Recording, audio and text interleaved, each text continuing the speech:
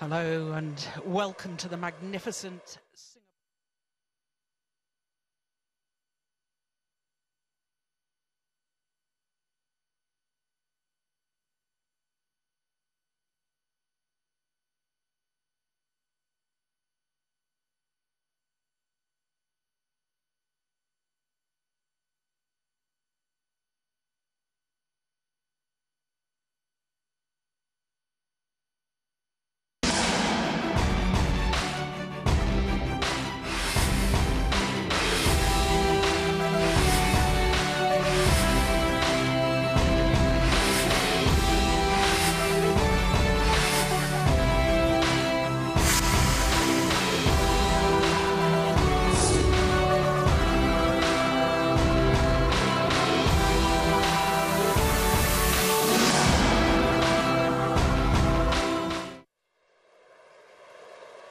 Hello and a very warm welcome to the magnificent Singapore Indoor Stadium for semi-finals day at the Li-Ning Singapore Open, event number 6 on the 12 tournament OSIM BWF World Superseries. 12 tournaments, as I say, throughout the year, and of course Super Series finals right at the end of the year. The top 8 in each of the 5 disciplines will qualify for those Super Series finals. Of course, of the 12 tournaments, 5 of them have an even higher status, a premier status. The Korean All England, Indonesia last week, Denmark, and then China as well. But as far as this Singapore Open is concerned, it's the last major tournament before the all-important Olympic Games in London. So last chance for players to fine-tune their preparations. And we have a terrific lineup on semi-finals day here. We're starting with mixed doubles and the number 3 seeds Chan and Go from Malaysia, up against last year's beaten finalists Chen Hong-ling and Cheng Wen-sing of Taipei. Then men's singles and 2 former world junior champions, Victor Axelsen of Denmark up against Wang Zhengming of China. Incidentally, Wang last year was a semi-finalist as well, so second consecutive semi-final for him in Singapore. Then we'll have women's doubles, and Bao Yixin and Zhong Xianxin, who have just shot up to number 5 in the world ranking.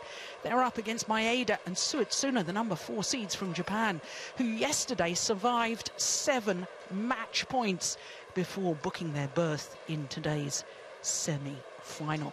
Then we've got women's singles and the first ever home player, Singai Ying, to appear in the women's singles semi-final. She's up against the silver medalist from the World Championships last year, Cheng Xiaoxie of Taipei. And then the last of our semi-finals this afternoon is men's doubles, the Japanese pair of Indo and Hayakawa, up against the Olympic champions Marcus Kido and Hendra Setiawan of Indonesia. Well, that really is a terrific lineup. Over 6,000 people here yesterday. 12,000 people this stadium holds, and yet to get full capacity. But those that have arrived early will be in for a treat, because the lineup we've got, as I say, is absolutely terrific. First of those matches, the players waiting in the wings to be brought onto court. There they are.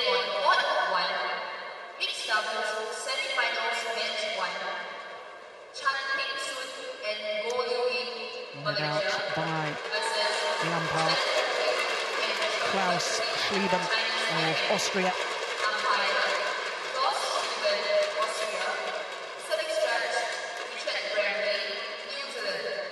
And as the public address has just said, the service judge, Richard Ramley from New Zealand, are 2 court officials, neutral court officials for all of these crucial matches.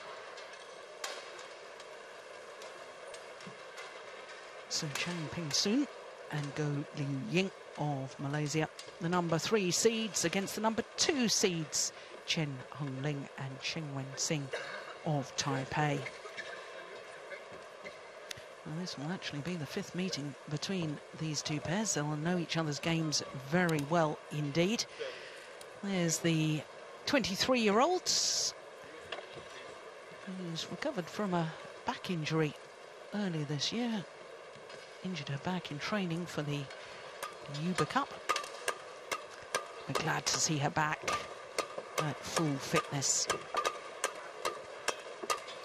So looking at how these two pairs reached this semi-final, and you can see that the Malaysians had a bye in the first round. Second round against Hirata and Maeda went the full distance in that one, 52 minutes. And then against Yu and Jang of Korea in the quarterfinal yesterday. That was far more straightforward, 2 straight games.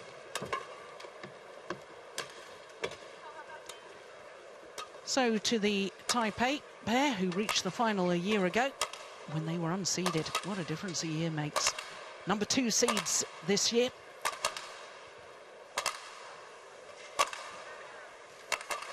And of course, Chan Peng-soon and his partner, number 3 seeds.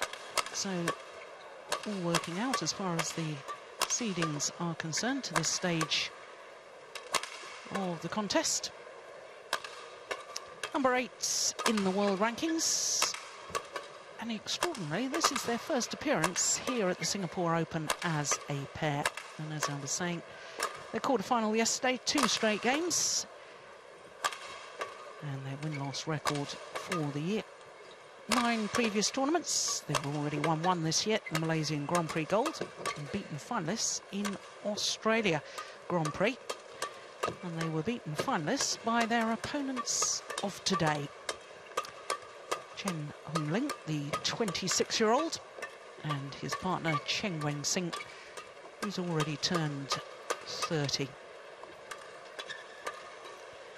And for Cheng Wen-sing, twice been in finals here. And she's got an opportunity to repeat that again this year because she's in the semi-final of the women's doubles as well. Number 5 in the current world ranking. 3rd consecutive year that they've reached the semi-final stage, because in the semi-final 2 years ago they lost out to Nova Widianto and Liliana Natsir of Indonesia. Well, their win-loss record for the year translates into them winning the Australian Grand Prix, as I say. And apart from that, the best they've done was 2 quarter-finals. Well, there's our court officials that I was telling you about a little earlier on. And for Chen Hongling and Chen Wen-sing, their opponents yesterday, if you were with us, you would have enjoyed that one because they defeated the number 6 seeds, Diju Valivitil and Jwalagutta from India. Needed 3 games to do it. In fact, both of their previous matches have gone the full distance as far as the Taipei pair is concerned.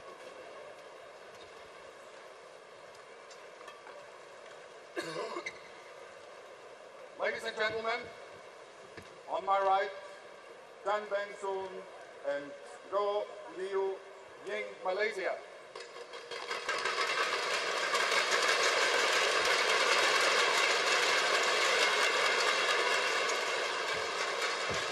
On my left, Chen Hongling and Chen Wen-sing, Chinese Taipei.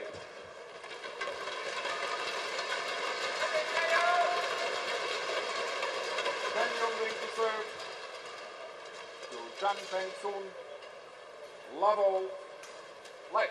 So last year's beaten finalists, this year's number 2 seeds get this semi-final underway. This is the 5th meeting between these 2 pairs. And on previous 4 encounters, this Malaysian pair have only won once, because the pair from Taipei have won 3 of their previous meetings, including the last, which of course was that final earlier this year in Australia.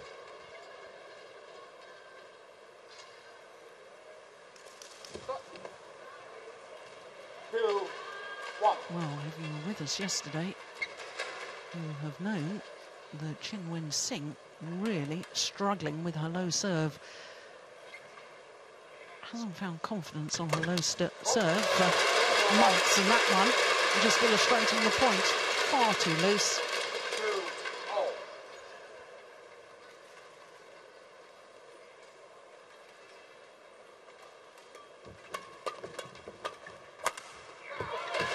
Now, once they get into the rally, Chen Sing really is very, very good mixed player indeed. The problem is getting into the rally.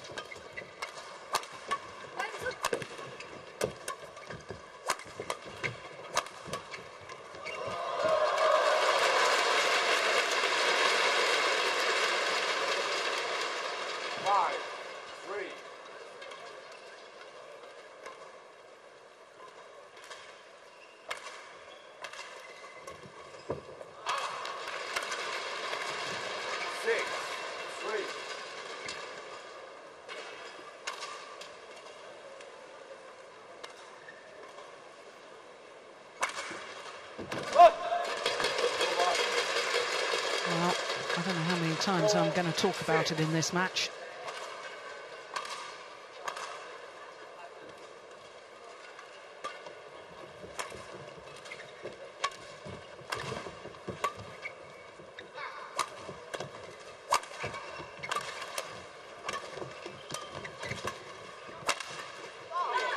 Yeah. Well, they took a game yesterday to really get into their stride, did Chen Hongling and Chen Wen-Sing. Much, much better start today.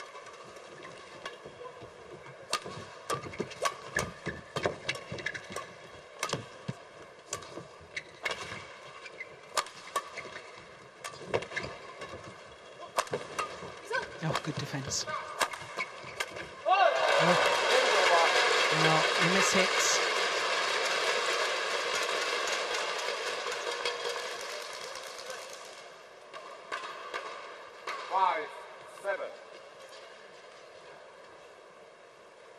For the Malaysian pair, this is their 5th semi-final of a Super Series tournament, and it's their 3rd of the year, which just goes to show what good form they're in.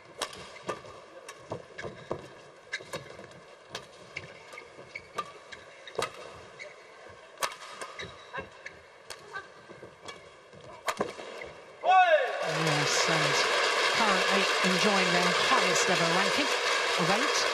In fact, their 7th consecutive week at number 8 in the world ranking.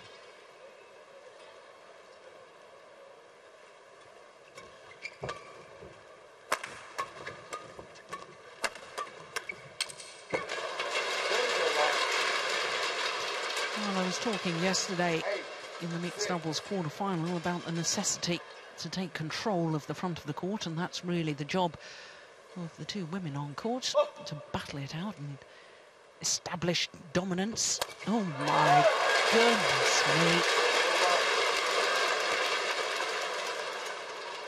Well, it's all psychological, it really is, but just look at that. I hate to say it, but it's woeful.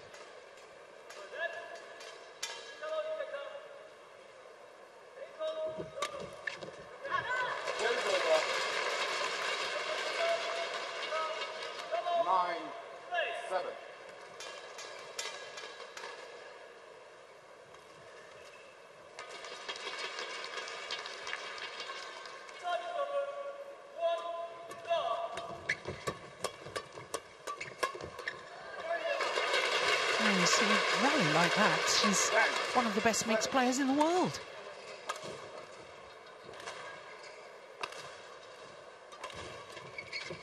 Into the mid-game interval with a 4-point advantage. And that's despite the fact that she's struggling to serve.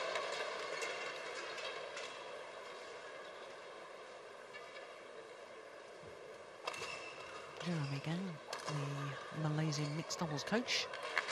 Crowd are filing in now.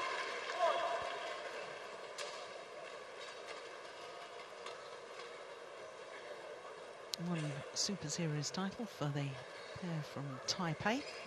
That was the Japan Super Series event last year. Squad 1, 20 seconds. Squad 1, 20 seconds.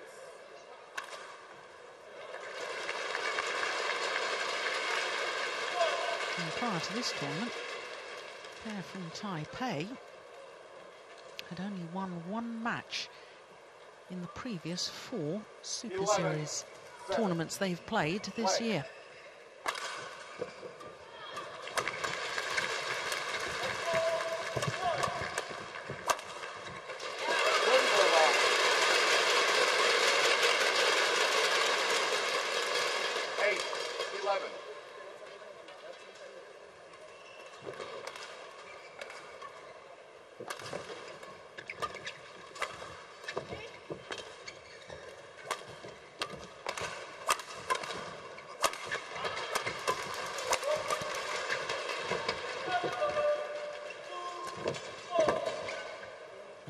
Broken a string of his racket.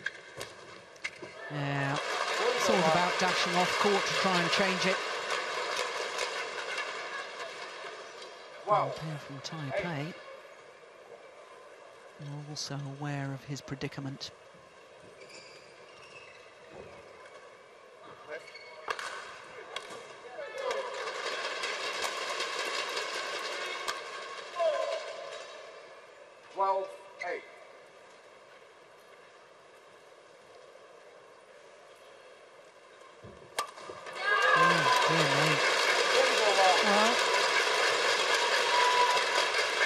Criticising the number of flick serves she threw in yesterday. I have to say a flick serve would be preferable to a serve that's purportedly a low serve, but is as loose as that.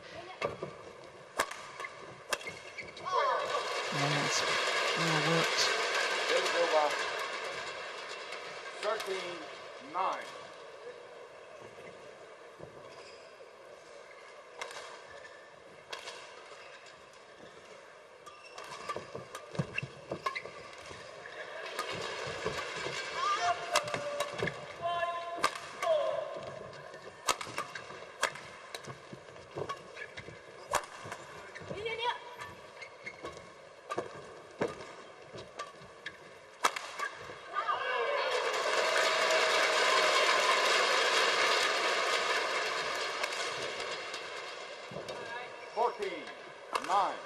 Opened out a 5-point cushion now.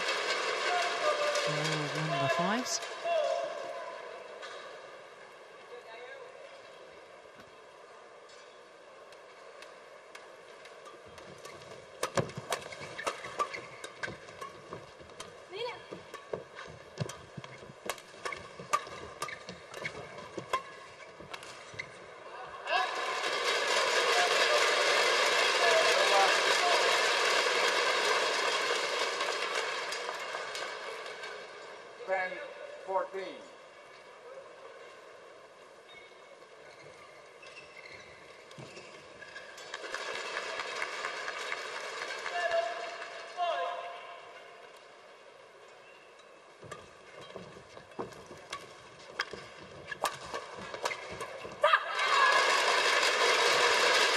When Li-Ning gets forward to the net and pushes Chen Wen-Sing to the back of the court, or at least in the defensive position.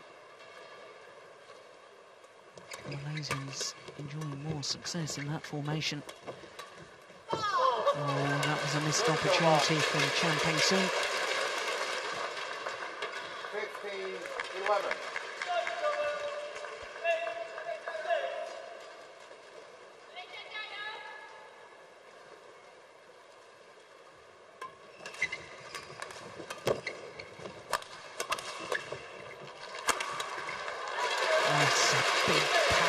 Smash. 16-11.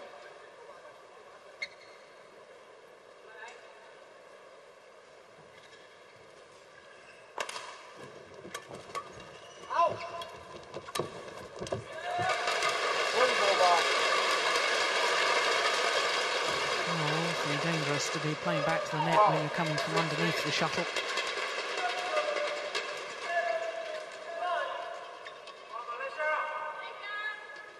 When you're going to play to the net in doubles, you've really got to come from above the shuttle.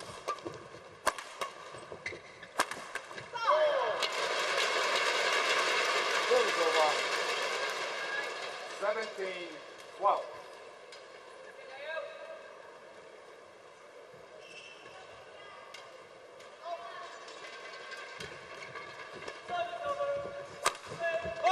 Oh, magnificent. Service over.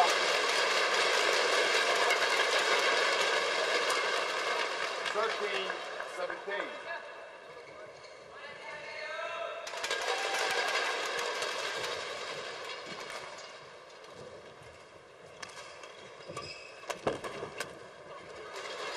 Service over. 18-13.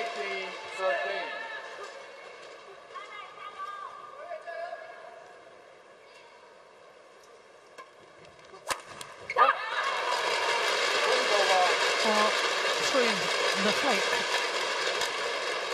And that too got punished. 14-18. It's a real dilemma, isn't it? What does she do? Thinking away, you just put in a really high serve. Flick's not working, low serve's not working. Well, it's all catching now, isn't it? Service over. 19-14.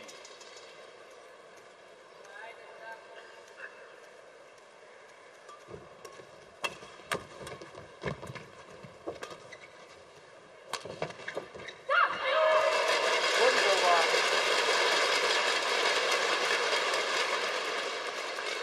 15-19.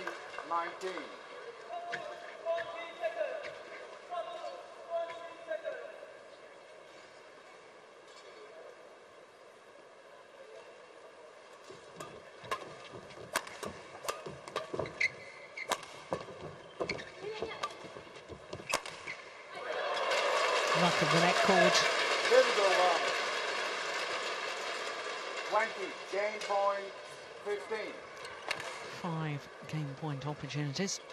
What she's going to do on serve now. Yesterday she, in desperation, started to serve forehand. And I don't think that's such a bad idea, seeing that backhand serve like that. 16-20.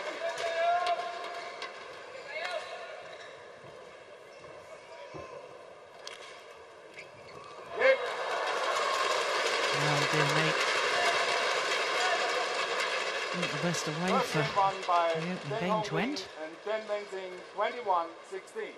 21-16 confirms the umpire. And last year's beaten finalists looking at the moment as if they could well repeat that feat. 21-16 in 14 minutes of play.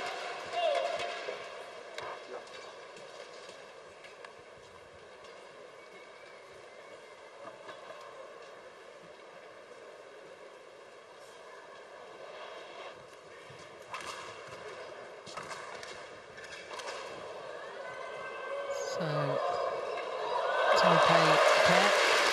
Well, goodness only knows what the coach is saying to Chen Wen-Sing.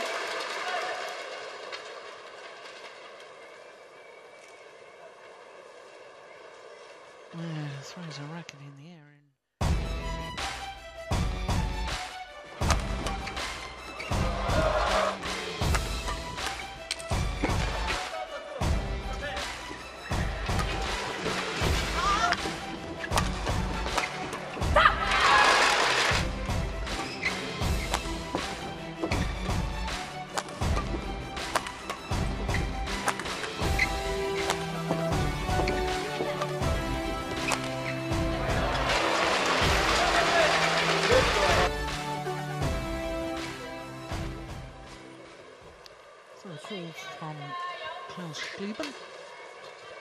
Umpire to 20 seconds remaining. There's an indication for the players to return to court, get themselves ready for the start of the second game. Second game. Level Play. So having taken the opening game 21-16 in just 14 minutes of play. The question is whether the Malaysian pair can up their game in the second. Because unless they do, they are in severe doubt of reaching their first ever Super Series tournament final. They certainly haven't found the sort of form that I know that they can play at.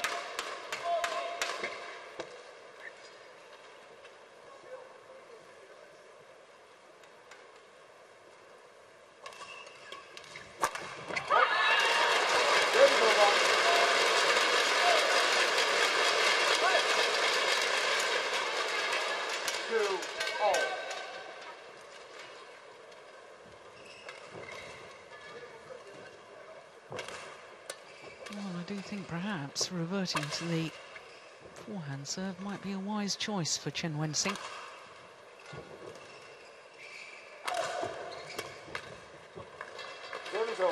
Nothing wrong with a return of serve, is there? 3-2.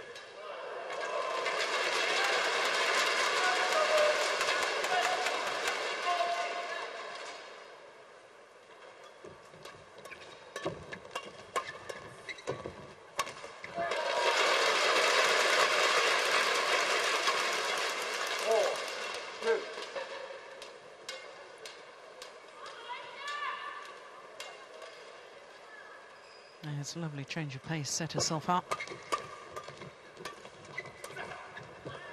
Oh, that's lovely. Good disguise on the drop shot from Chen Hongling.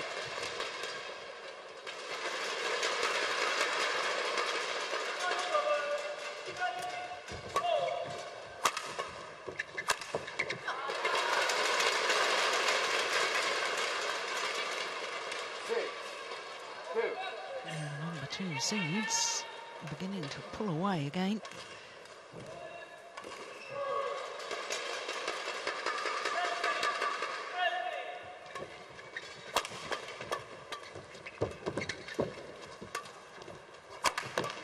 Oh, that's clever.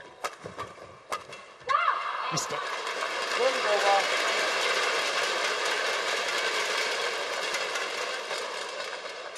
3-6.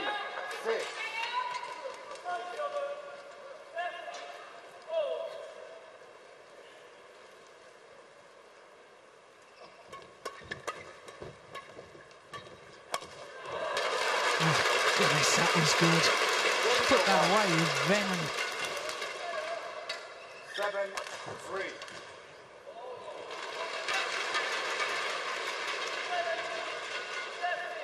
Oh, she's setting herself the backhand serve again. Once again, a flick.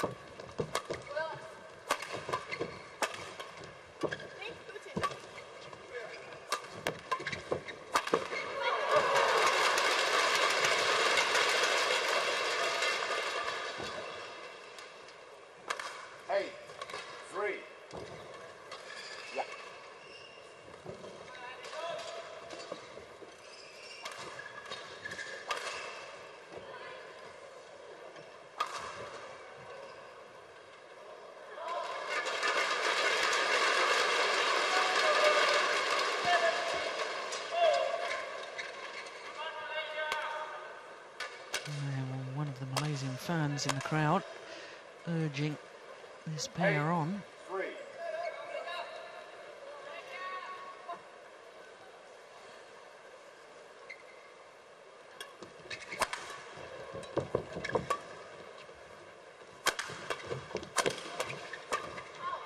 That's gone wide.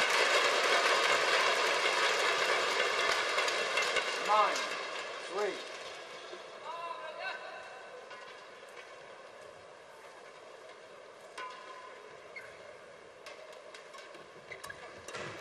The low serve.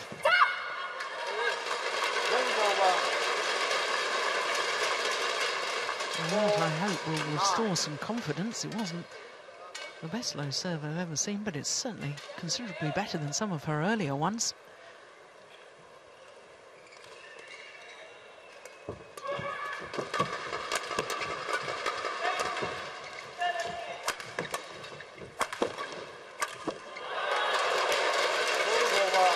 it's just not happening for the Malaysians at the moment. Set themselves up in that rally. 10-4. Oh.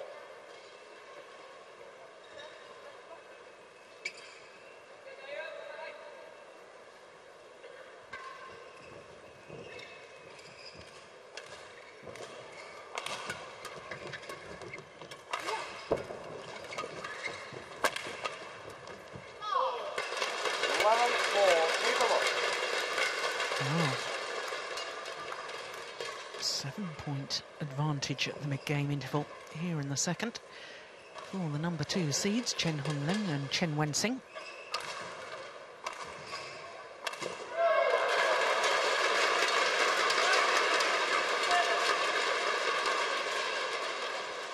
Yes, and Jeremy Gannon there, looking a worried man.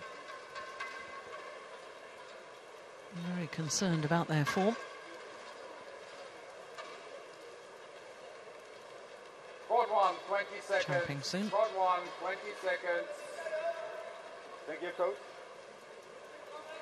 Recently had a baby son, Milton.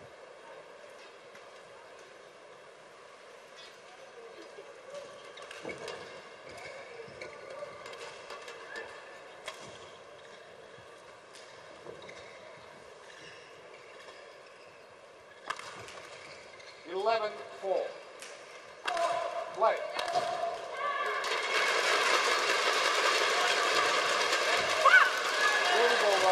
There's a clever return of serve from Li-Ning.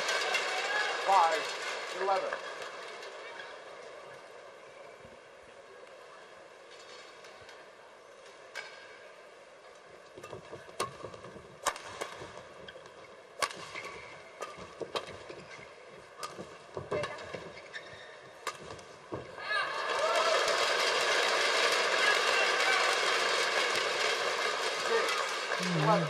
Every time she hands the shuttle back, she takes the opportunity of just practicing that low serve. It's very different when your opponent's not standing there, though, isn't it? No pressure. Oh, dear me. Over. 12-6.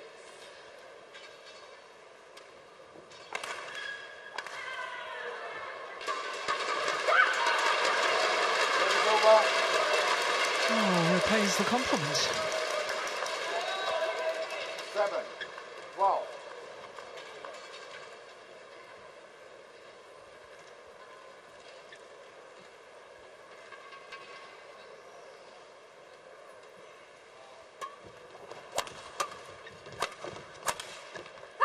that's a good smash.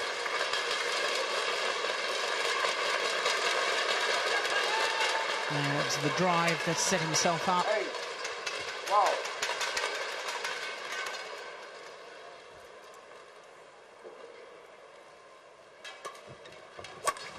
Oh, they're all throwing in the flicks. They've all struggled with low serves, all except for Chen Hunling.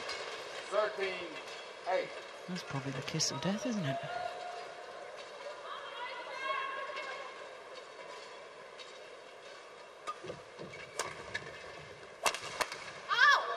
Oh, that's wild. It was a nice idea. 14-8. There's a huge gap across court. He really didn't have to try and play it so tight.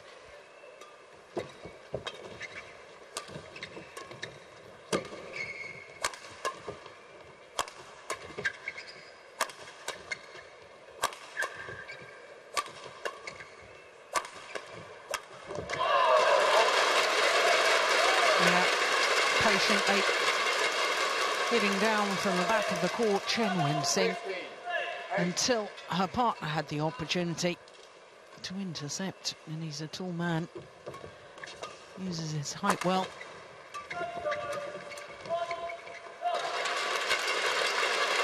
Eight-point advantage now.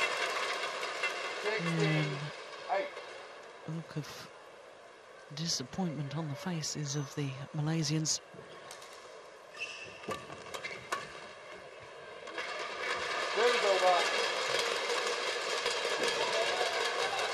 really have to start making some inroads right now. Chan Peng-sun and Go Li-Ning. They want to reach their first ever Super Series tournament final.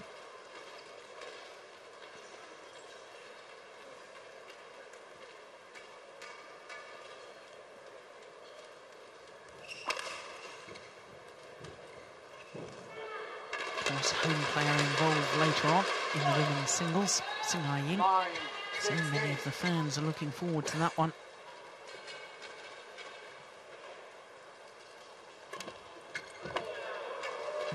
Apologises for her good fortune. And she has had a couple of lucky net cords, Chen Wen-sing. 79.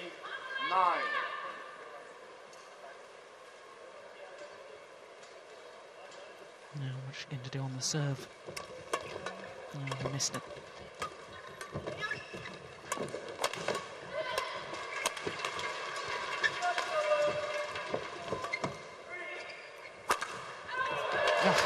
Well, there's one of the lucky net cords back. But is it too little, too late? 17.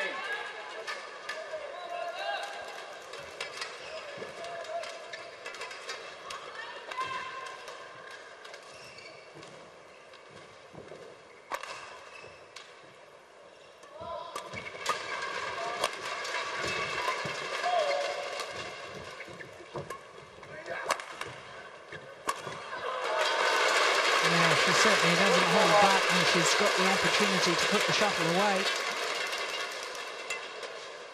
18-10.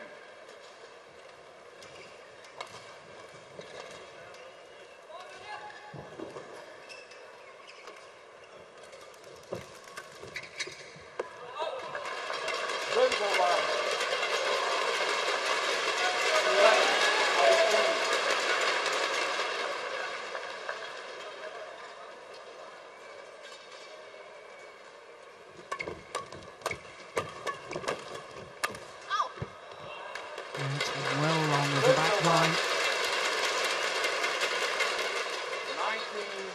19-11.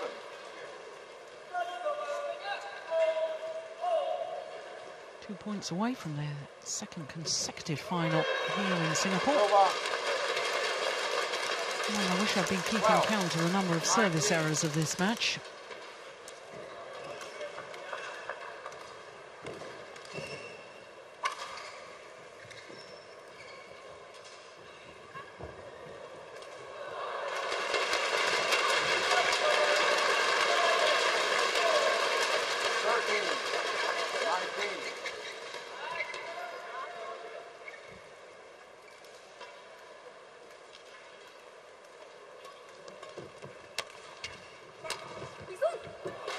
That is delightful. What a great disguise on the drop shot. And it brings up match points for the number 2 seeds.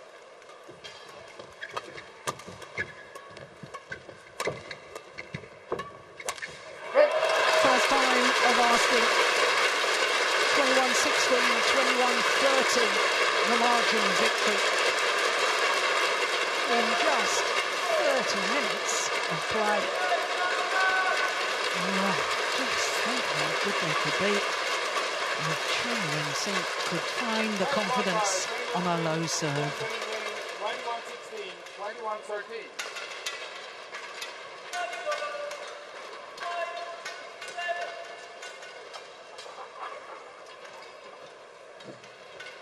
Well, they can be assured of Japanese opposition in tomorrow's final, for the other semi-final, an all-Japanese affair. With their confirmation that Chen Hun-ling and Chen Wen-sing are through to tomorrow's final for a second consecutive year. 21-16, 21-13.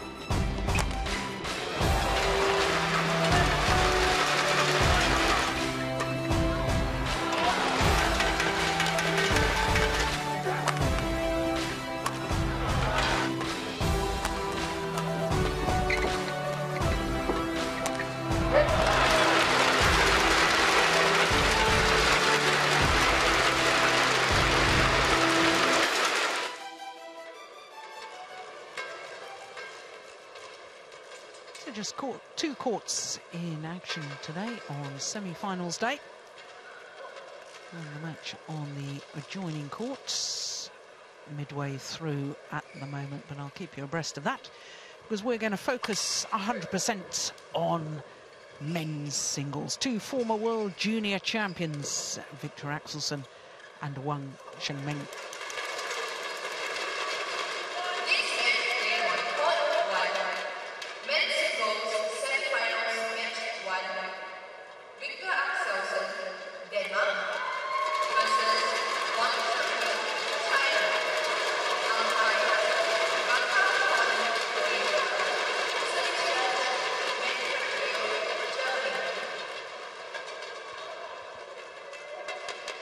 So the tall Dane, Viktor Axelsen, through to the semi-final, first ever semi-final of a Super Series tournament.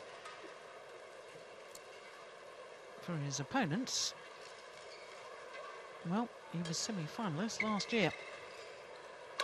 Third time he's appeared in a semi-final. Well, that's how they got here. Viktor Axelsen, in the first round, which isn't shown there, he defeated the #1 seed Sho Sasaki of Japan. And then yesterday, he had to play against the qualifier, the 2010 winner, Sonny Dwi Kunchoro. And nice to see the Indonesian back to almost full fitness. 26-24, that second game. He'd been 20-16 up and eventually won on his 9th match point. Well, as far as Wang Zhengming is concerned, in his second round match, he had to beat the #3 seed Kenichi Tago. Needed 3 games to do it. Lost the first, but came back in the second and third, 21-17, 21-16. And then in the quarterfinal, had to play against the left-handed Malaysian Chong Wei Feng. 21-12, 22-20. That was our last match yesterday evening, late yesterday evening, if you were with us.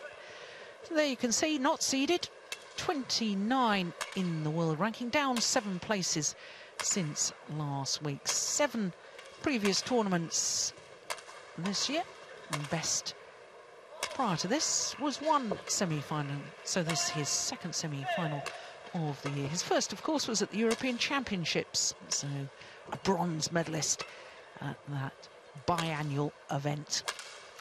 For the 22-year-old, Wang Zhengming, gold medal at the World Junior Championships in 2008. And he's at number 18 in the world ranking. He has been as high as 12. He's down 1 place from last week, where he was 17. And his win-loss record for the year prior to this, best he had done was 1 quarter-final.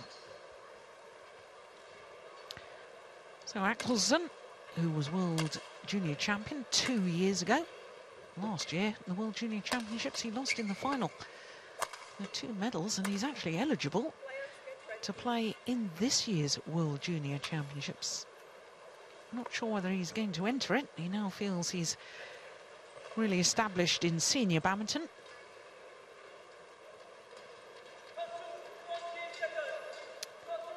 This the second meeting between these 2 men.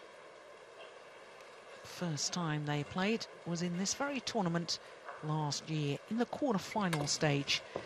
And, of course, with Wang Zhengming going on to reach the semi-final, he was obviously the victor on that occasion. 21-15, 21-10.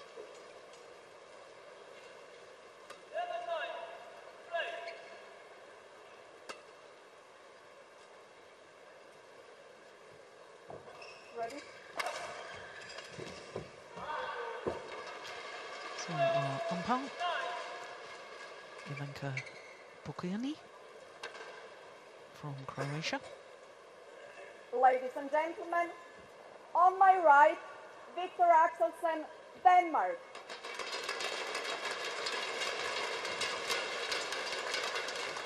And on my left, Wang Zhengming, China.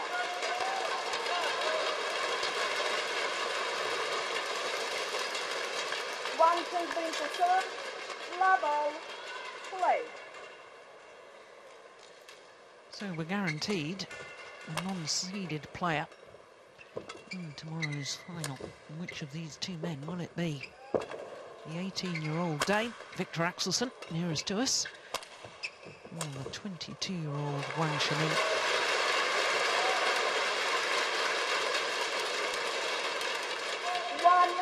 Love.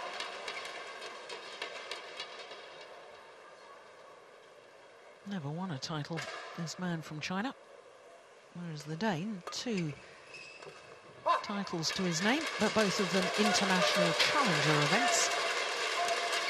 Winning his first, the Cyprus International, back in 2010 when he was just 16.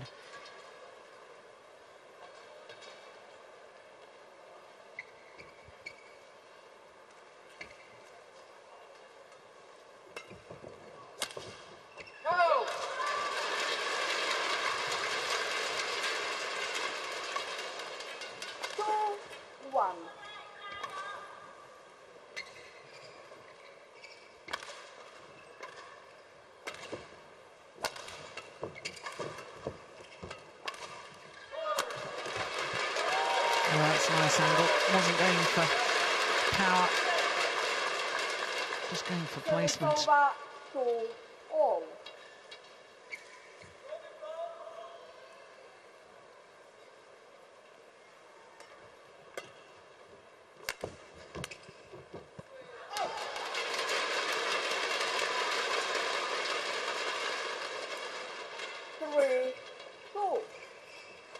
Looks a little nervous to me, does Axelsen.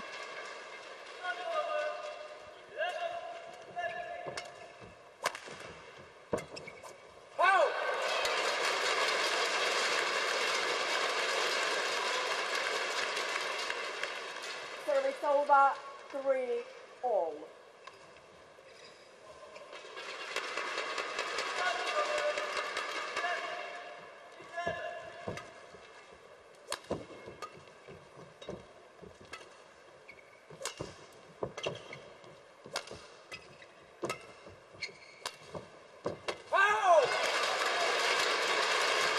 Does use his height so well. The Dane, born in Onza, which is where the Denmark Open Super Series event, Premier Super Series event, is staged. And of course the birthplace of Hans Christian Andersen.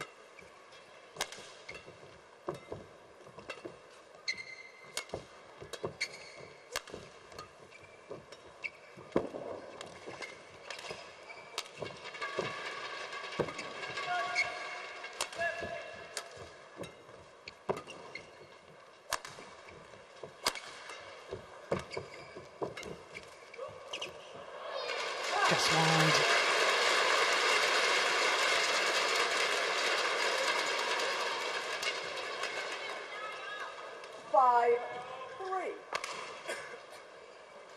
Well, it's interesting. I'm just looking down behind the court because yesterday Victor Axelsen had teammate Joachim Pearson sitting on the coach's bench because none of the Danish coaches are here. His teammate, I think, has probably departed back to Denmark because he's got nobody on the coach's bench. Oh, here comes Mr. Pearson. Better late than never. 4-5.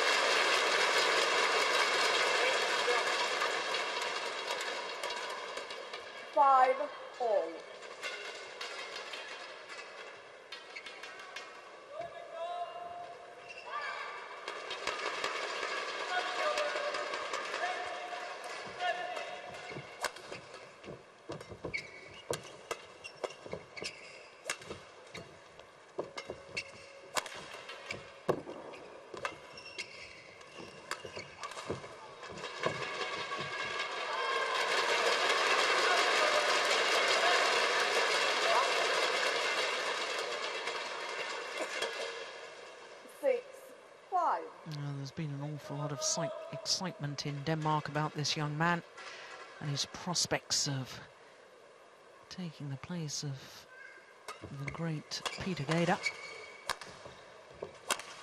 Peter Gader, in the twilight of his career, 35 years of age now. Of course, Gader is still number 5 in the world ranking. 7-5.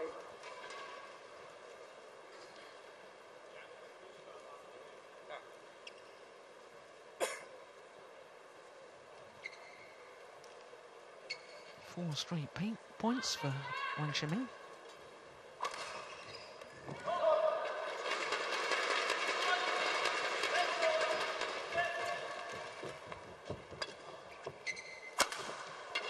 That is phenomenal.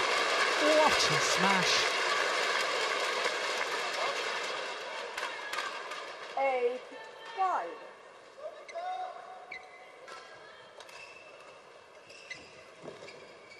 Look at the balance and poise. As soon as he landed, his body weight was moving forward in court.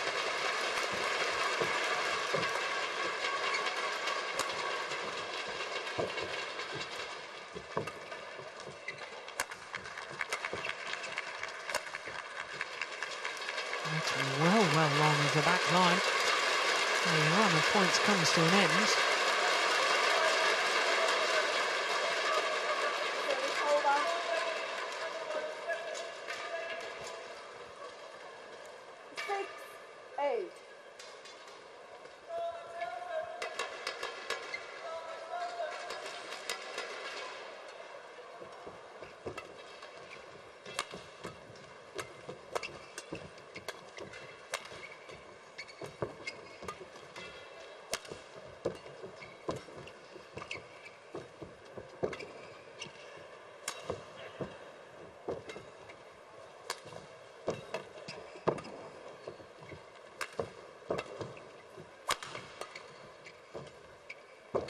It's a good rally. Oh, and it's landed in.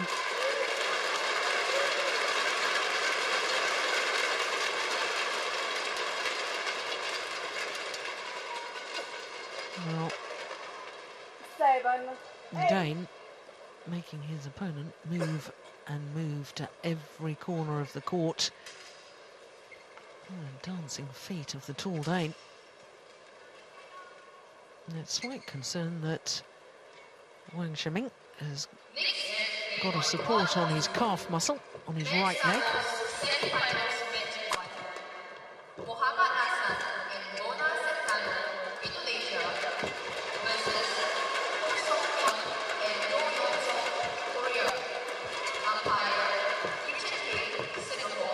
It's another very good rally. Oh my goodness me. What a net exchange.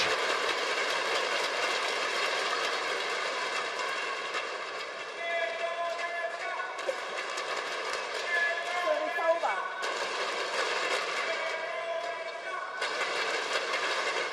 9-7.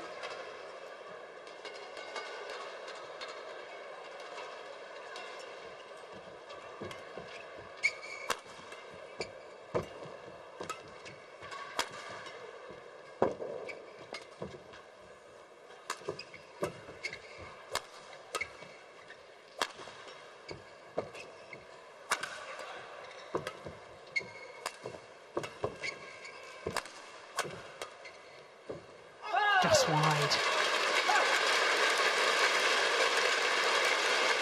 Oh, there we go. There you can see the bandage on the right leg. I don't think he was wearing that last night, was he? When he was playing against the left-handed Chong Wei Feng. Obviously feeling a little stiff after that quarter-final encounter.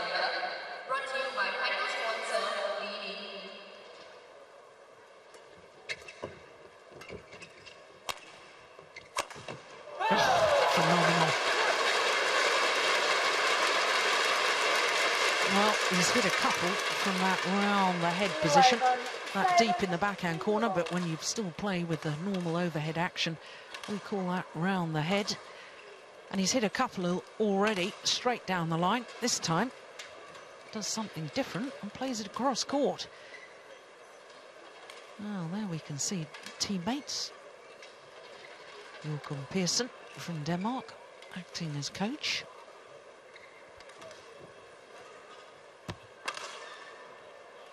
Court 1, 20 seconds. Court 1, 20 seconds.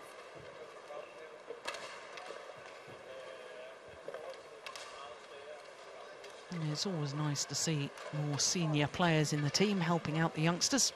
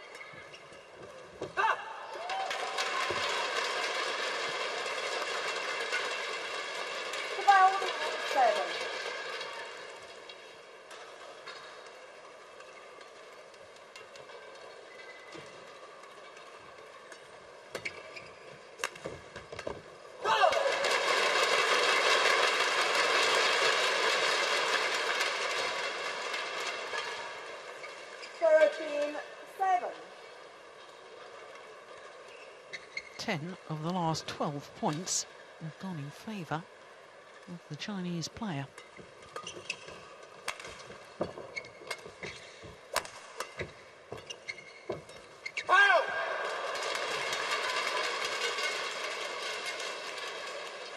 Service over. 9. Correction. 8-13.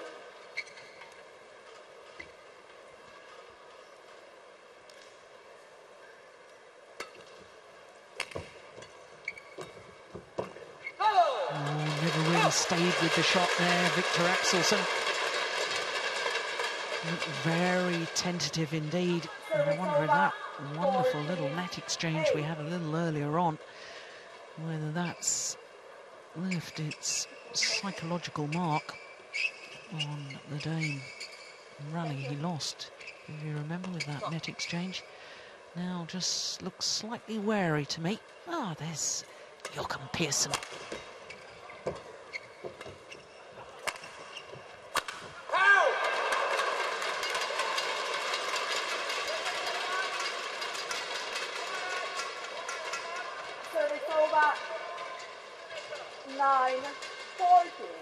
The Dane at the moment is reliant on winning points by his opponent making an error.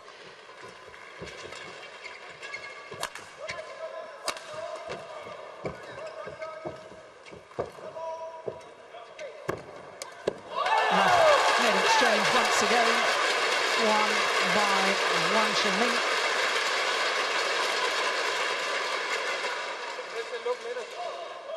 Service over, 15-9. Yeah, I think at this level of badminton, you can't really expect to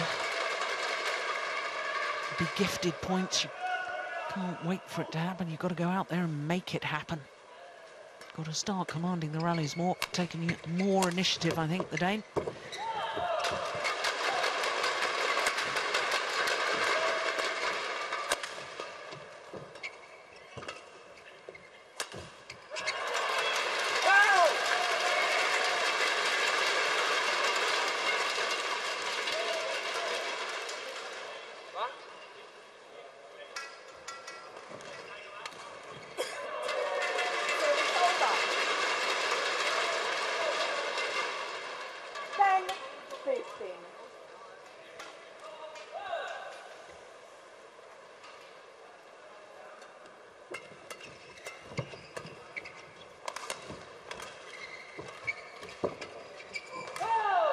It's drifted wide.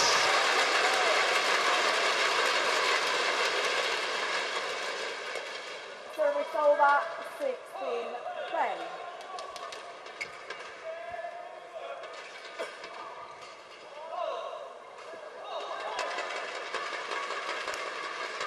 Big deep breath from the Dane.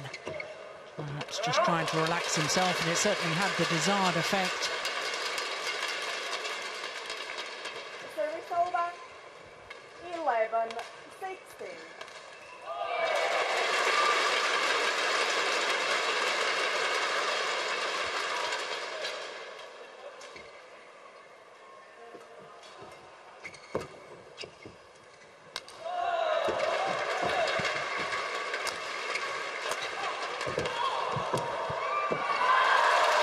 Just wide by a whisker.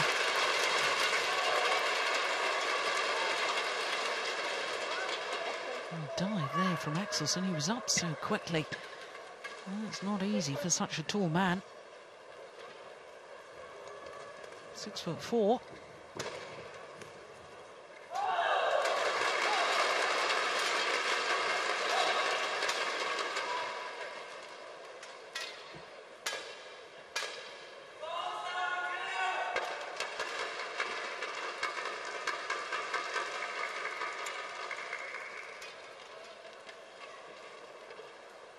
Won his World Junior title in Guadalajara, in Mexico. 12-16.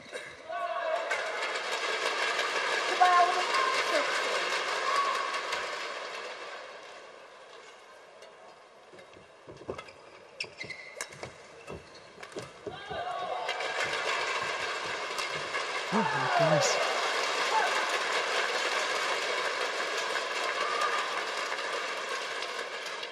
Service over. 17-12.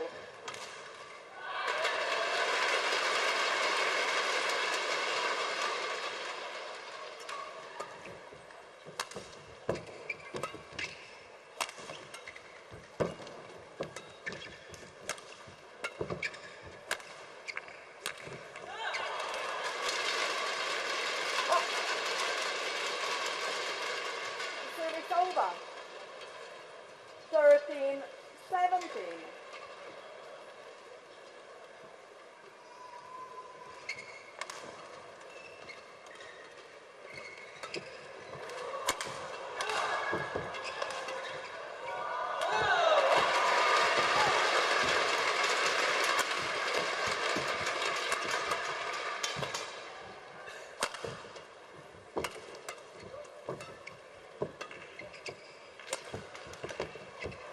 Not bad.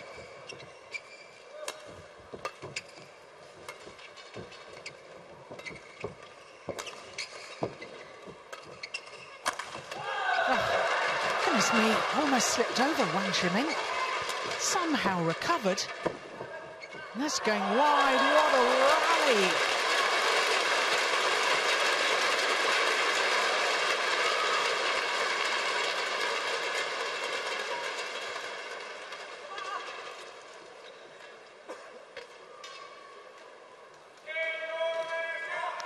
This is the one where he slips. Yep, gets up, carries on.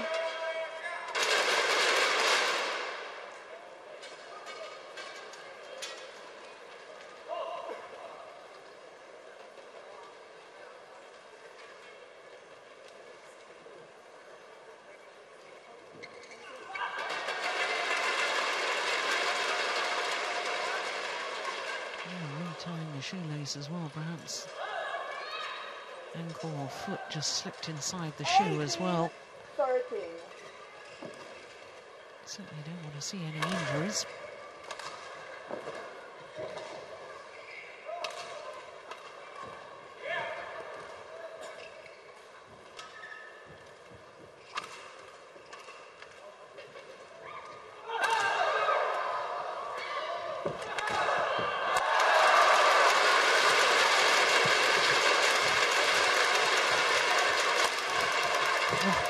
How did he get that back? And then wins the net exchange yet again. Defence there from Wang Shimin. That was extraordinary. 19-13. Yeah, he's definitely getting the better of the Dane on the net play.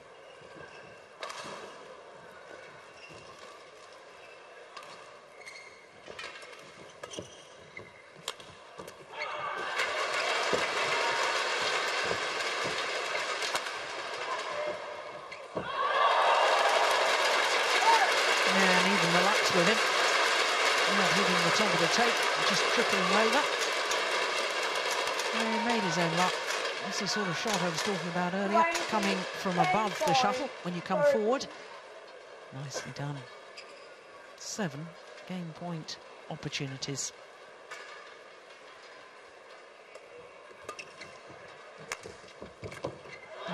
He's changed his mind. Victor Axelsen makes a ghastly error because of it, that indecision. First game won by Wang Zhenming, 21-30. Umpire confirms the scoreline in that opening game. 21-30. 20 minutes of play.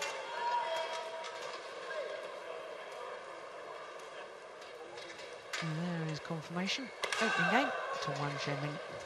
21-13.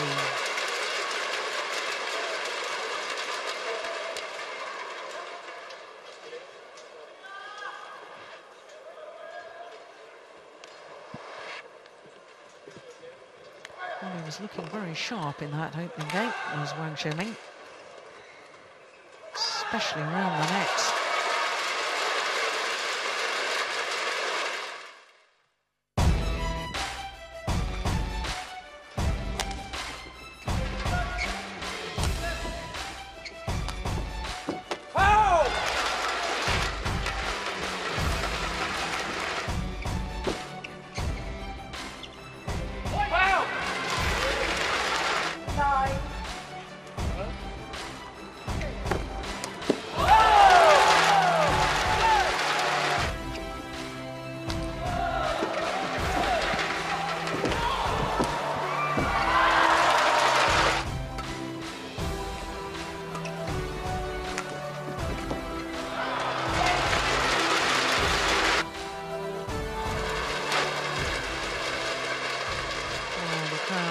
Thoroughly enjoying semi-final action here today. At a young game, Victor Axelsen going to have to up his game in the second, because Wang Zhenming really was totally dominant in game number 1.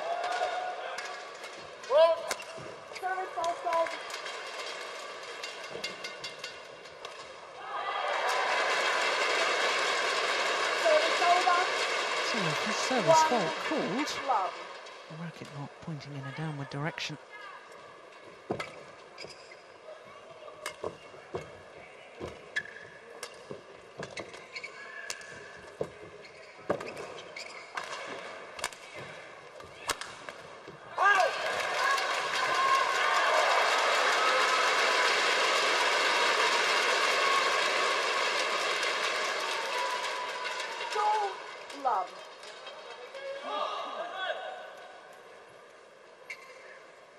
Sure, the young Dane will feel that he's got the better end from which to play now, and psychologically that should help him.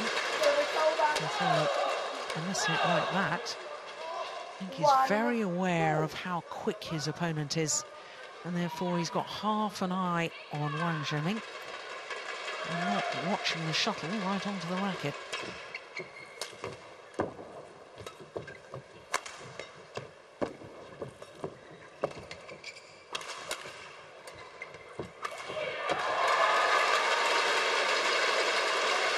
Long.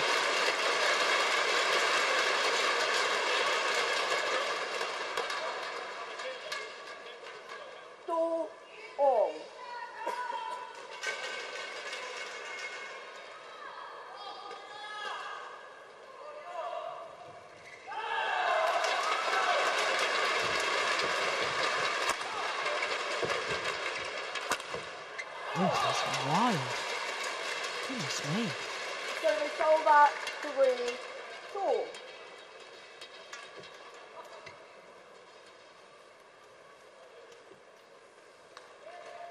Yeah, falling away from that one a little.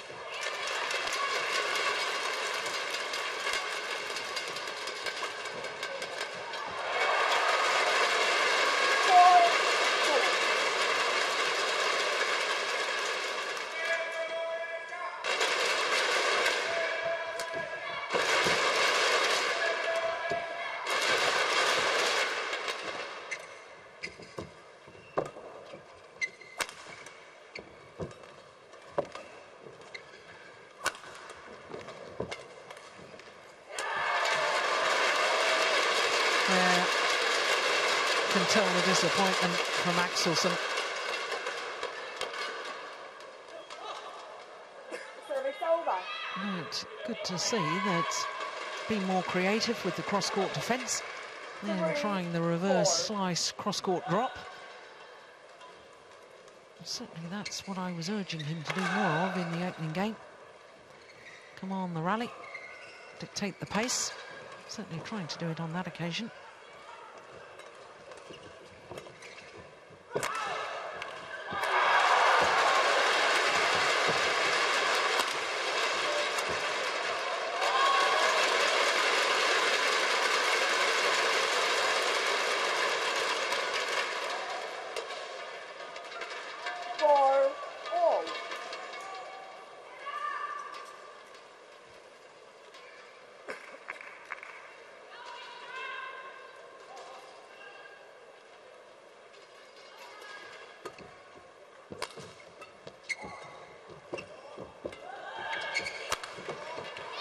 Oh, it's just wide. And he's annoyed at himself. 5-4.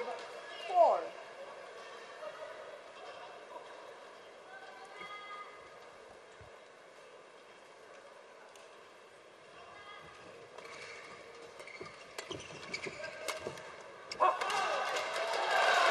I wonder if his leg's more of a problem than we realised. Shimeng. Service over, 5-all. Really didn't move to that one at all.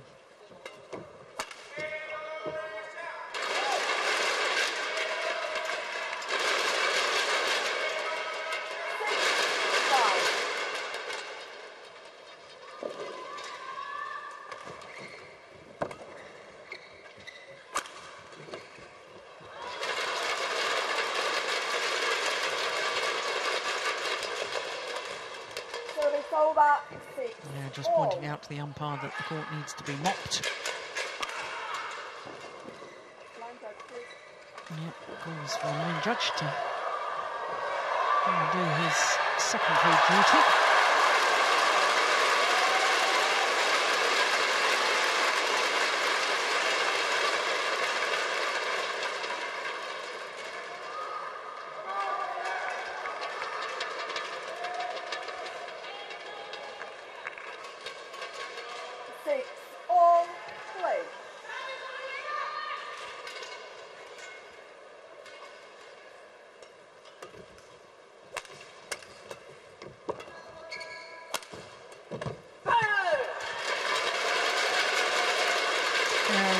Giving the day in any pace to feed off. 7-6. Really just almost a fast drop there.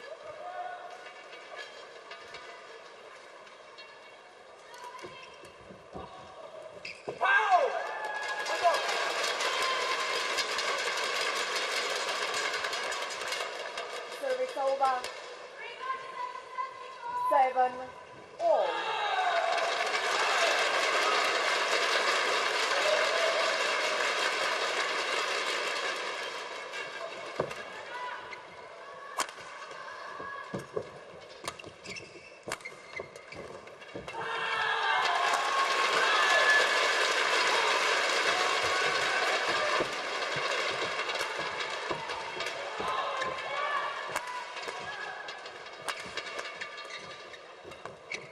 Clever. And again, lovely, lovely play from Wang Shimeng.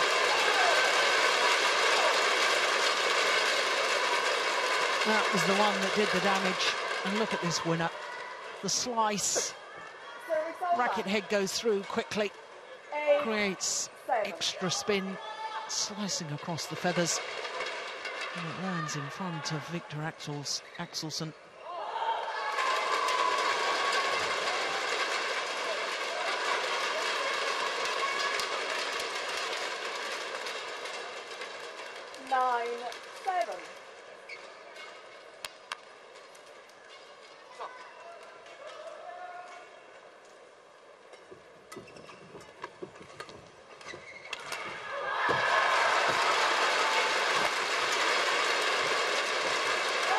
dive again.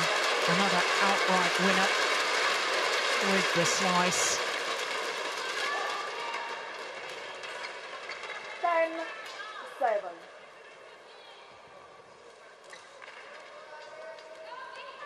Five of the last 6 points.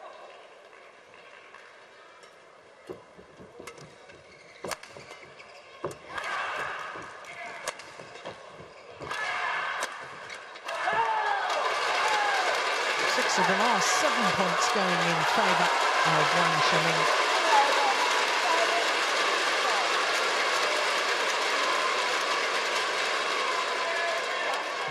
Aiming towards his right shoulder. Leaps from the base position to play that winning smash. No wonder he's delighted with that. 4-point advantage here in the second game, having taken the first. Yeah, very little instruction from the Chinese coach. There's Joachim Pearson using all his allocated time.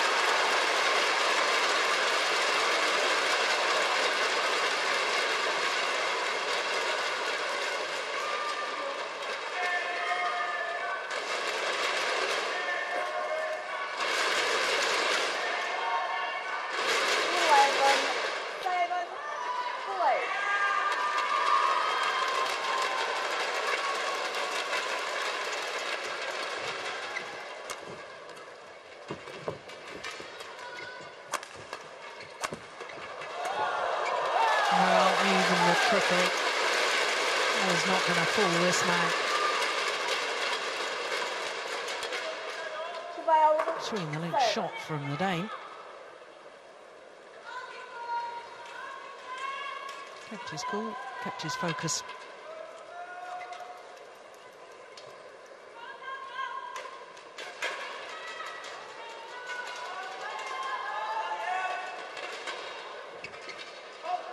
It's wide.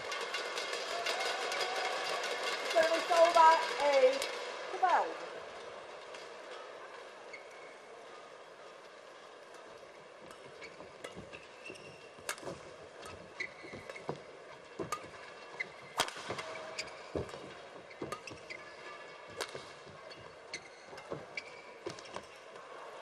Landed in. Could have played it, could have reached it. Chose to leave it, and that was the wrong decision. 13-8.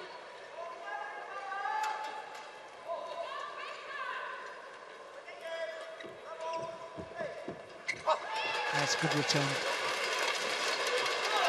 I just sense that Axelsen really needs to start closing the gap a little bit more, put some pressure on Wang Shiming.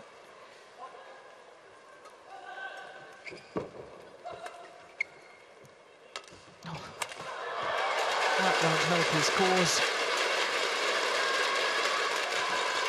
Terrible indecision at the back of the court. Service over 14-9.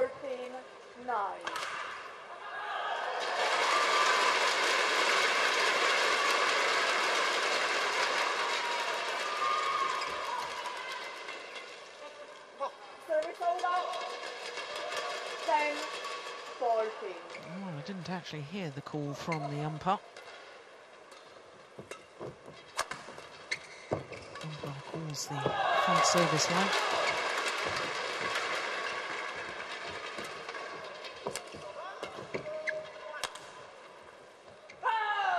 That's long.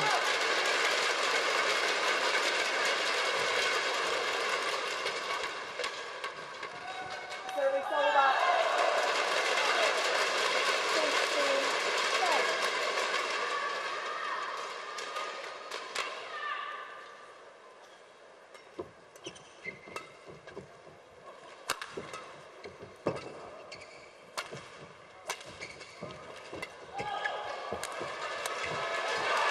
Yeah, pounced on it. As soon as he saw that Wang Shiming was taking it late in his forehand corner, sees him turn, and Axelsen hovering around the net area. Ready to pounce. 11-15.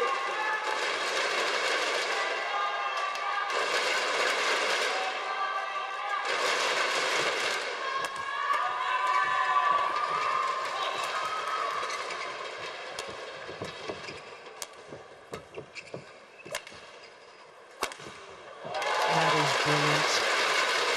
When he makes the physical effort to really get behind the shuttle with his movement back in court, Wang Shiming, there by the time he's landing, 16-11. moving forward again, transfers the body weight mid-air. Wonderful.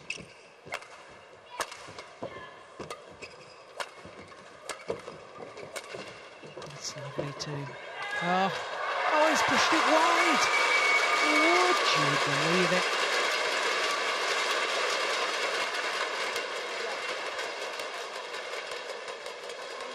Victor Axelsen didn't have a clue where the shuttle was going. He was nowhere near it.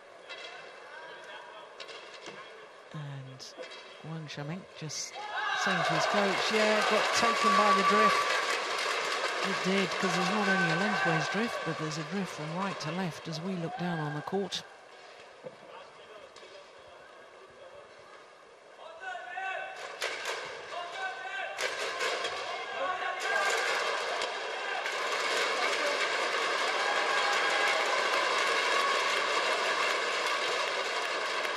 About 16.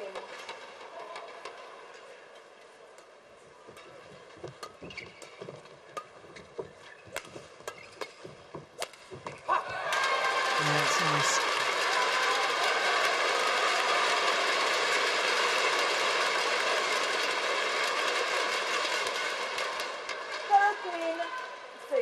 Very nice.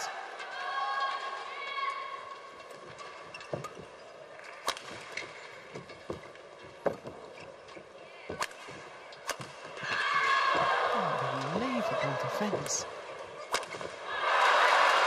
Well, now the 18-year-old Dane is close to that for just 2 points.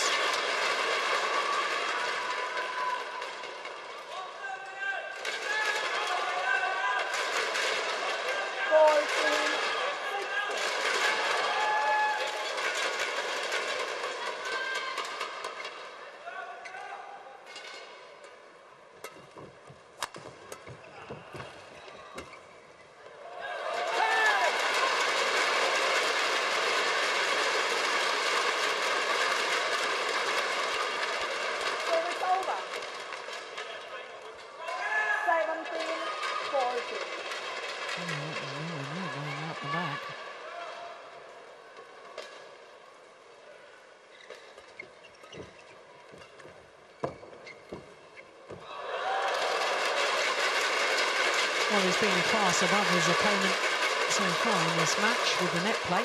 There's Wang Shiming. 18-14.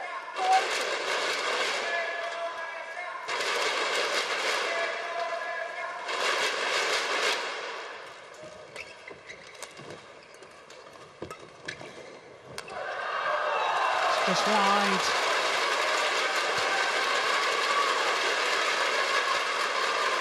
And now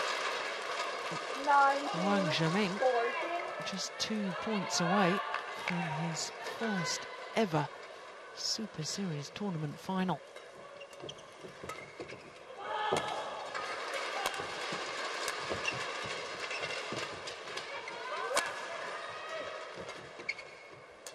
Now, just 1 point required.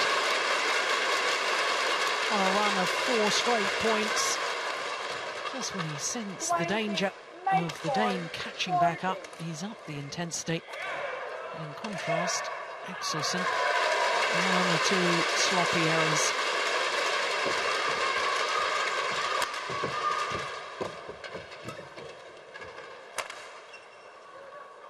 It's gone long. Yeah, the delight for Wang Shiming through to his first ever Super Series tournament final. and he's gone at least one better than last year. And he was a semi-finalist as well. Match won by Badminton World 21-14, 21-14. Umpire confirms the score. And they really never took control of the rallies, and that's because this man overhead and certainly his net play was absolutely superb. And no wonder he's delighted with that performance. So once again, confirmation of the score, 21-13, 21-14. And one Shenning through to tomorrow's final.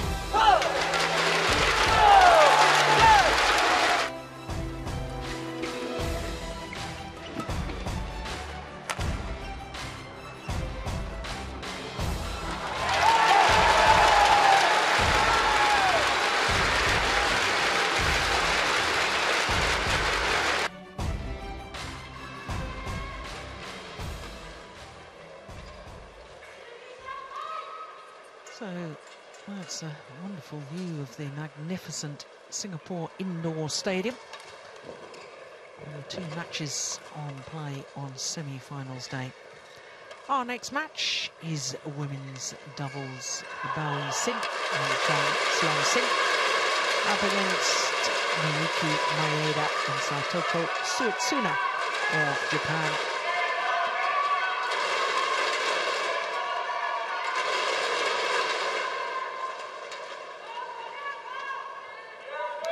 So there's two women's doubles pairs that will contest this semi-final, seeded 4 and 5. The Japanese pair, the higher of the two seeds. And so, since the seeding was done, the Chinese combination has shot up 5 places in the world ranking to now be above the Japanese pair.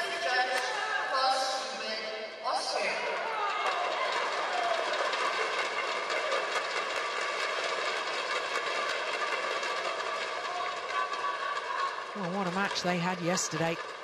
The number 4 seeds, Naoki Maeda and Satoko Suetsuna. Absolute thriller. An hour and 29 minutes. They needed to beat the 2010 champions here, the number 7 seeds and the home favourites, Shinta Muliasari and Yao Lei. 7 match points saved in that deciding game.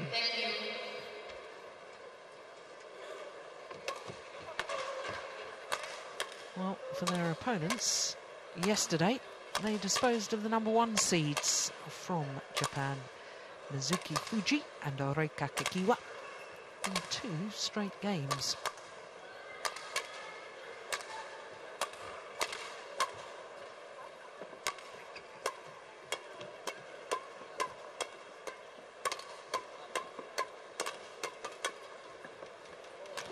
I can't help but wonder if the Japanese pair are feeling the after effects of such a long quarter-final. 18-20 down they were in that deciding game. And as I was just saying, had to save 7 match points.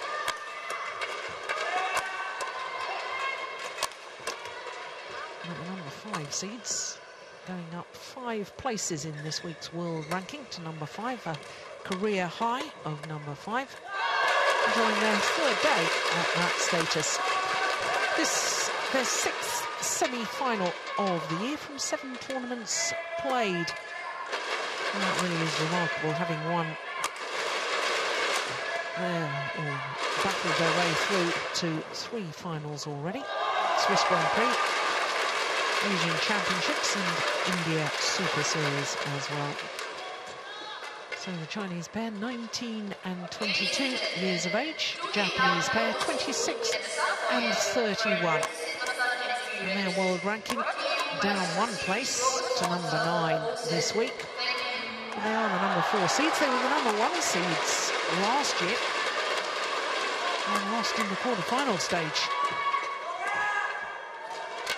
So this, for the Japanese pair, their first ever semi-final here in Singapore. There's Maeda, the 26-year-old, and her partner, 31-year-old Suetsuna.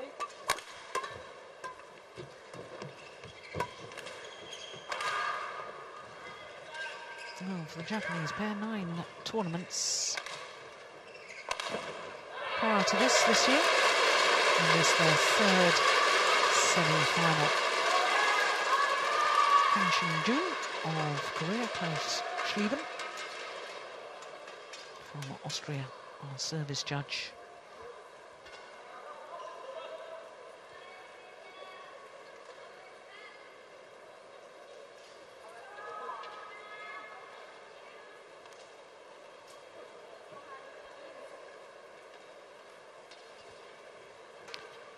Well, the Chinese combination hold a remarkable record so far this year. All 6 previous tournaments they've played in, they have lost to the eventual champions.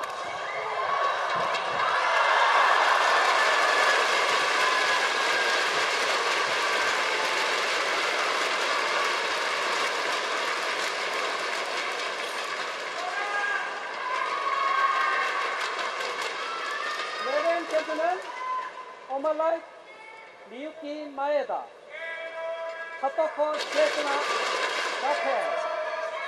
On my left, Bao Yixin, Chen Chenqing, China. Chen Chenqing is the third, Li-Ning Maeda. The ball, play. So the youngsters from China trying to make it through to their 4th final of the year. Far side of the court. Oh, dear me. Well, a complete mishit from Kong Xiangsi. 1 love. This was the one that came off the frame of the racket. No mistake with the second opportunity. Well, this is the 3rd meeting between these 2 pairs. And this Japanese combination have yet to register a victory.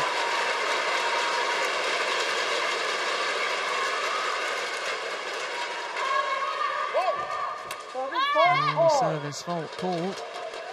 Klaus Schlieben, the service judge for the Japanese pair playing yesterday. And he was calling faults on Suetsuna's serve yesterday as well, and I think he was absolutely right to do so. Oh, honestly, I'm surprised that more players don't get called more often. It's the definition of a waist, defined in badminton terms as below the lowest rib. And the waistline appears to be getting higher and higher as far as I can see.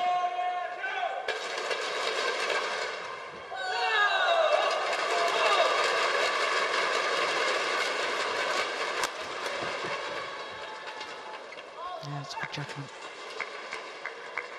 Well, as far as the Chinese pair are concerned, Bao Yixin really does love to go forward to the net.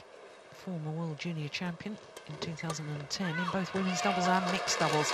And doing well in mixed doubles nowadays in the senior level as well.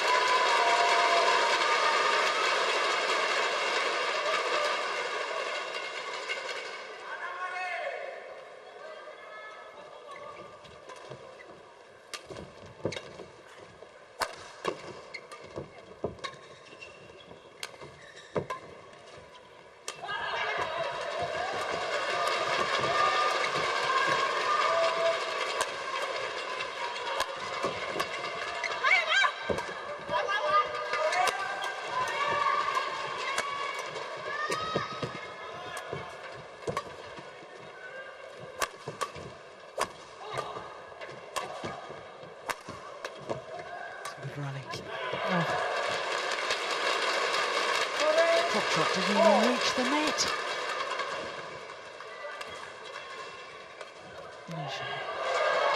Yeah, from the 19-year-old. At least she can smile about it.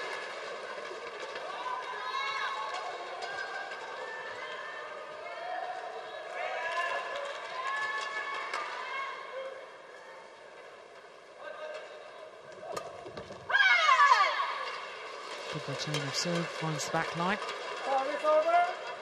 Suno wasn't convinced by the call.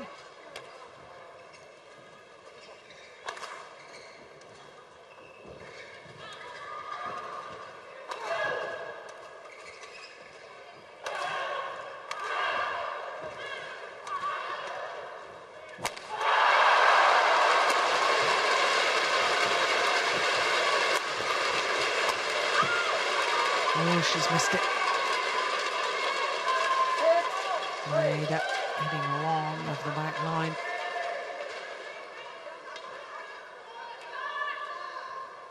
And they were certainly talking yesterday in their quarter-final Japanese pair of how much Maeda has improved at the front of the court. An awful lot of that is because she's been playing some mixed doubles lately with Hirata.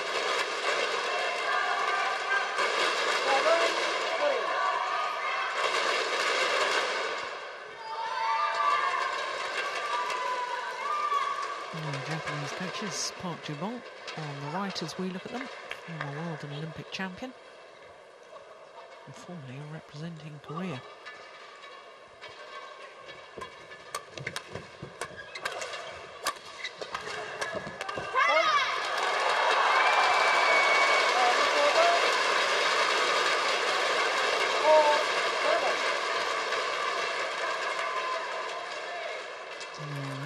Clear demonstration of how she's improved at the front of the court. Miyuki Maeda.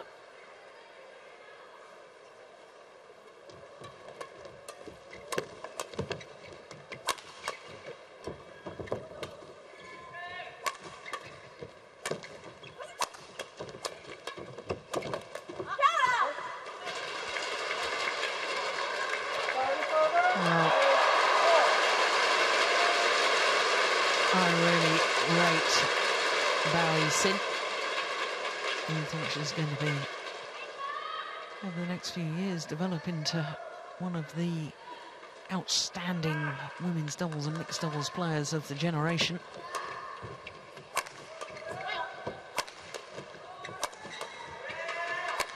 It's interesting, Japanese keeping the shuttle on her partner, Xianxin. Oh, attacking play, what was that, 3 or 4 smashes at Chong Xianxin before moving forward to make the kill.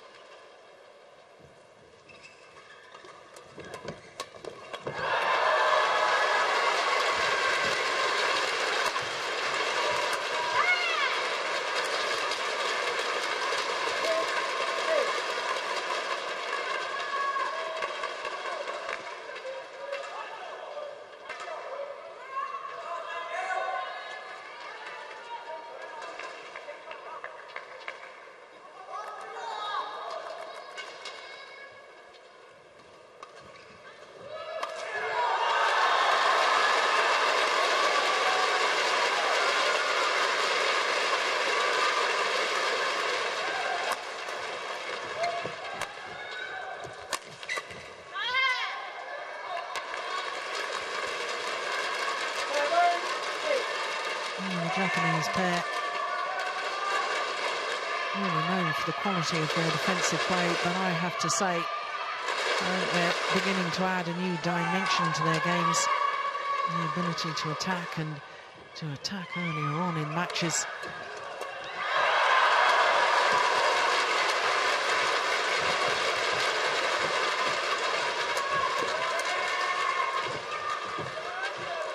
Lovely play, lovely disguise. And back level.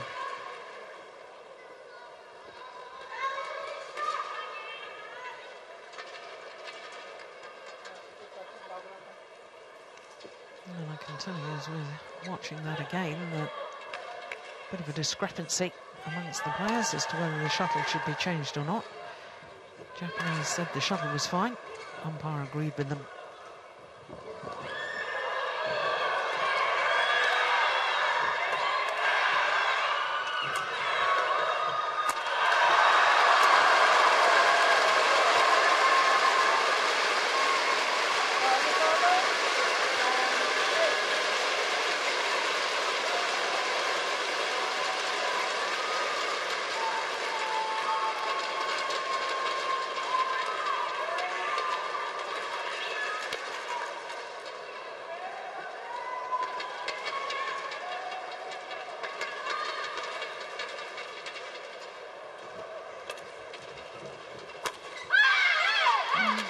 That's a real missed opportunity. It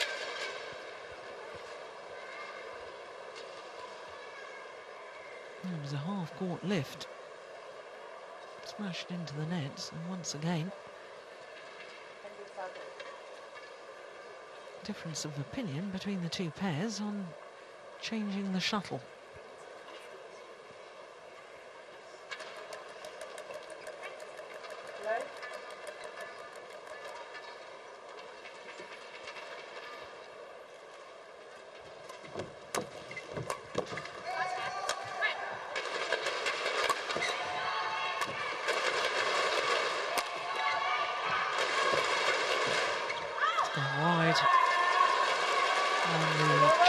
Youngsters go to the mid-game interval with a 3-point advantage. Really burst onto the world scene last year when they won their first and only Super Series title, the Japan Open, and what a tournament they had. Beat Chen Wen-Sing and Chen Yu-Chin in the final to save 2 match points in the second game before going on to win. But they beat in the very first round in Japan last year their opponents of today, when their opponents were the number 2 seeds.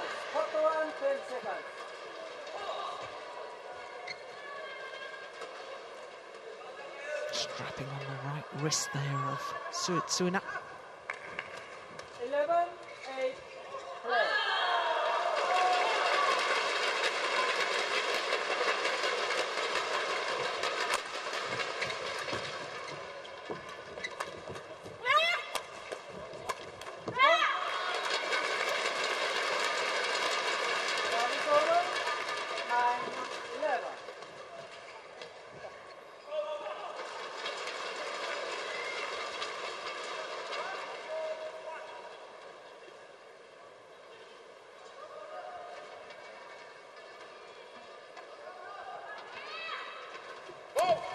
Oh, service fault called again.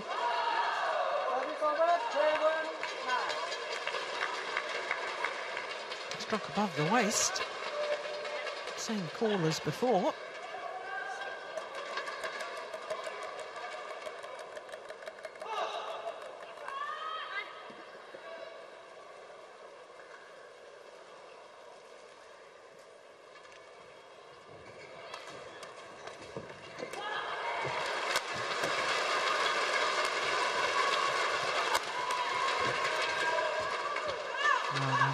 Absolutely delightful from Bao Yi-Sin.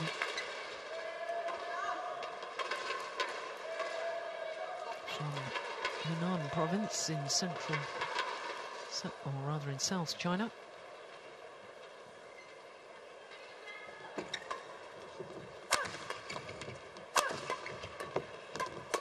Here she is again. Let's look at her movement at the front of the court.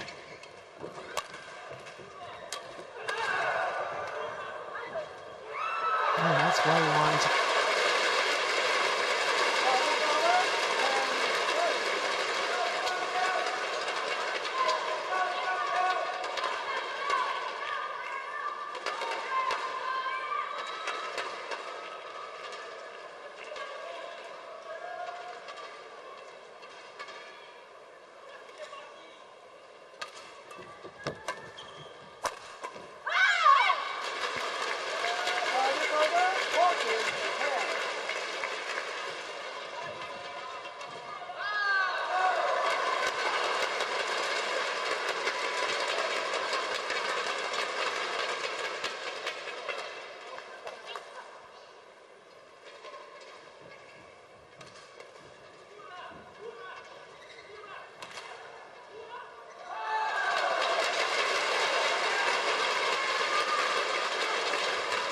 That's a good serve.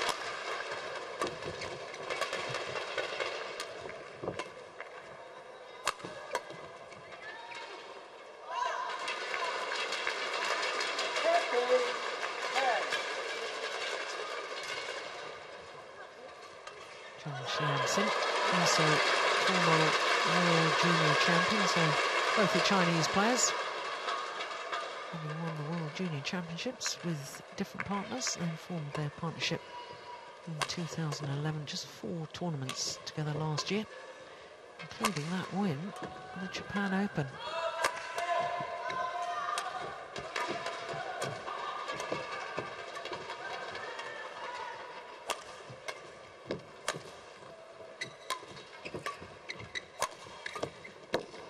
It's landed well in, and it's interesting to me that the 2 Chinese players both gaining experience last year with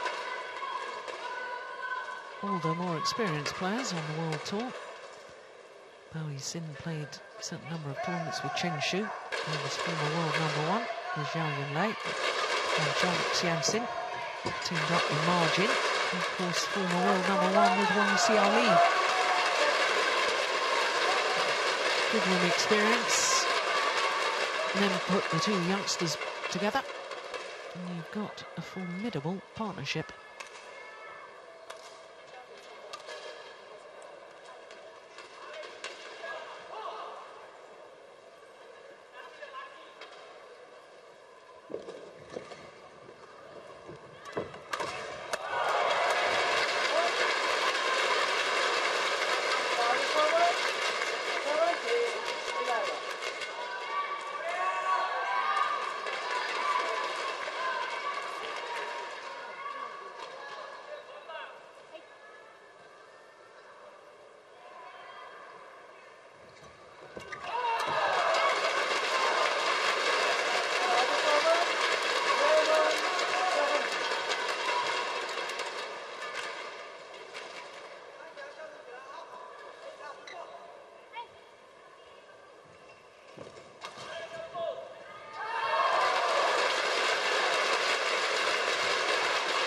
That's a lovely return of serve. Just brushing over the shuttle with the backhand action.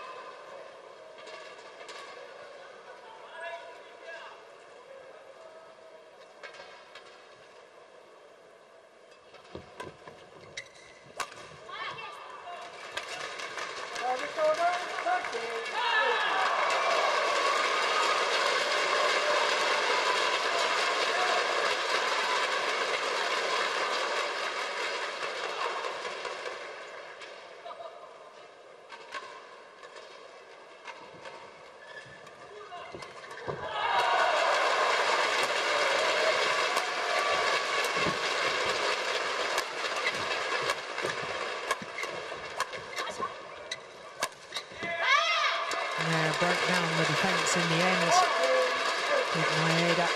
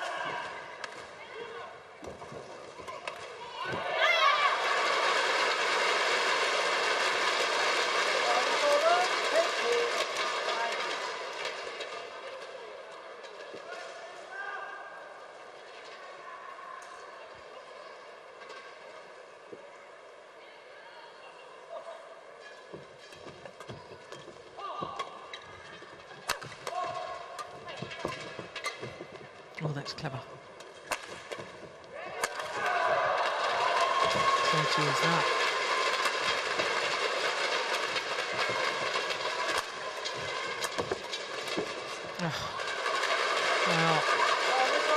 considering they're such a new pairing. That's an incredibly well-constructed rally. And that well-constructed rally has earned them 5 game points.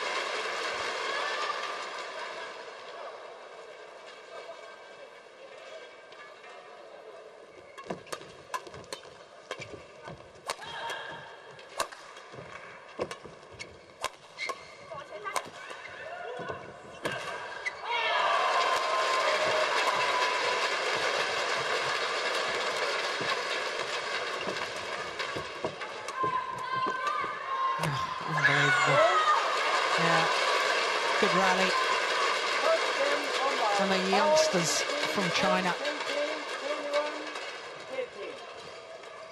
have taken the opening game against the pair that ended 4th at the last Olympic Games. 21-15. And what a contrast in the body language between the two pairs at the end of that rally.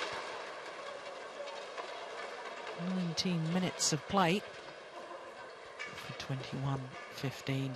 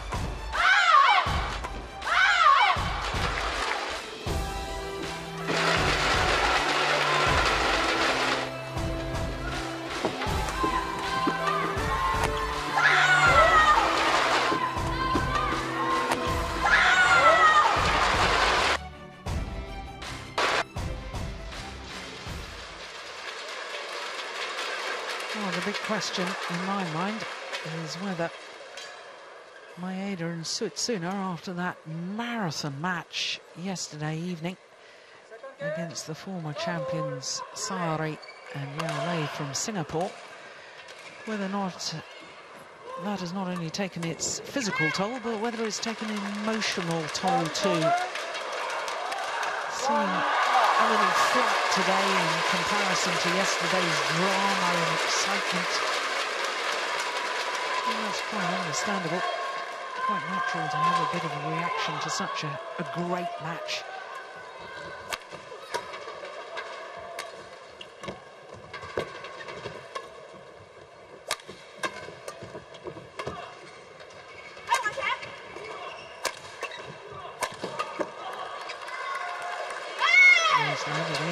Misjudgment from Maeda.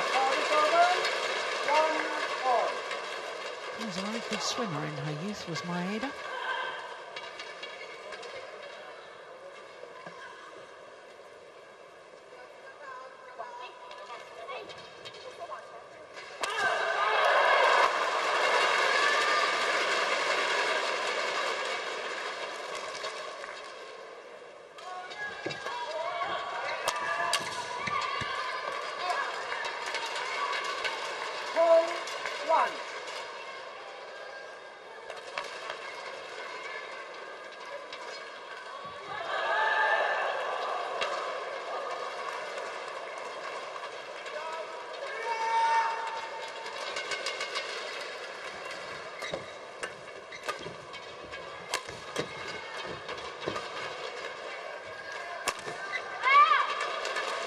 Big gap, and that's one of the problems with a pretty new partnership.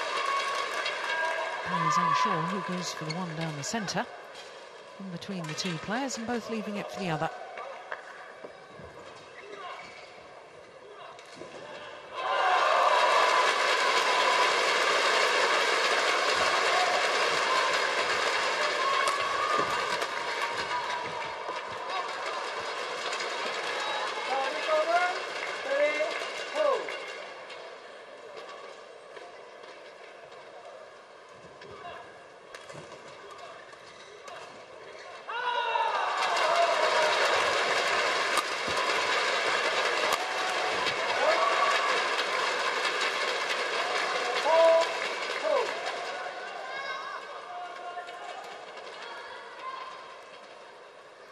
from Guangdong province, Chong Stian-sin. And she says that shuttle's absolutely fine.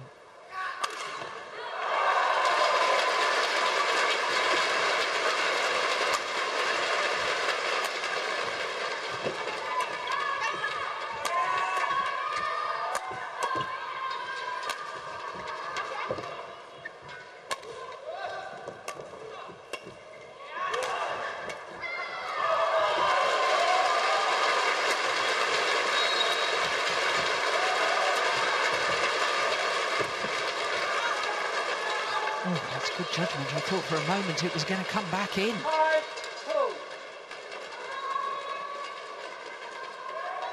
To be going a long way out when it left the racket. And by the time it finished, the drift, he brought it awfully close to that sideline.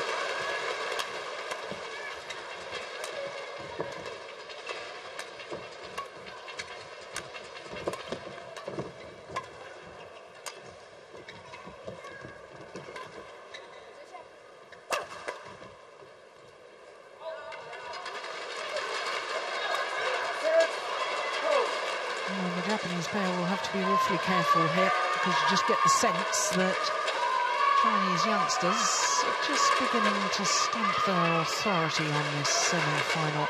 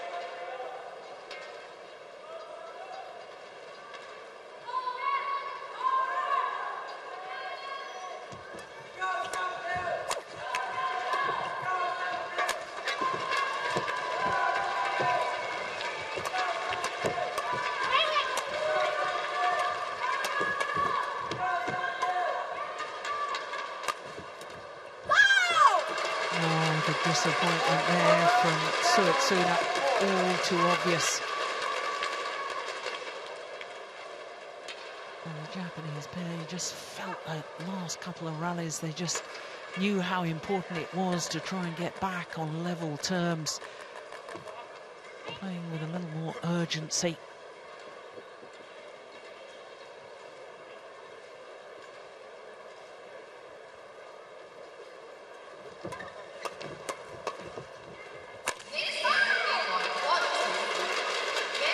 This time, disappointment from Maeda. Yeah. You can almost see her thinking, my goodness, what have we got to do to win these rallies?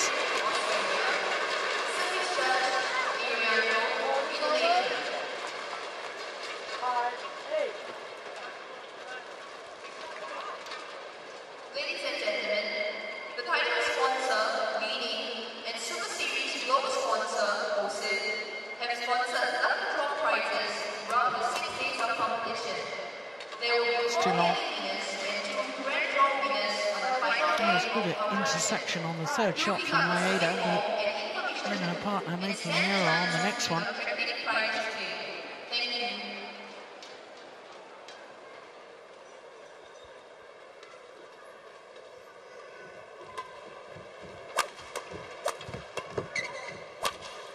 Oh my goodness, that was wild.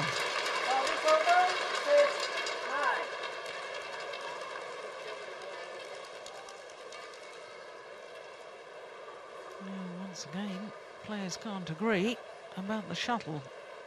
It's very much become a feature of badminton, and a feature that I have to say I don't particularly like. It's all part of the psychology nowadays, though, isn't it? Any way to get the upper hand, well, that's... Perhaps she wishes she should change the shuttle now. Been called on a low serve a couple of times. Perhaps lost confidence.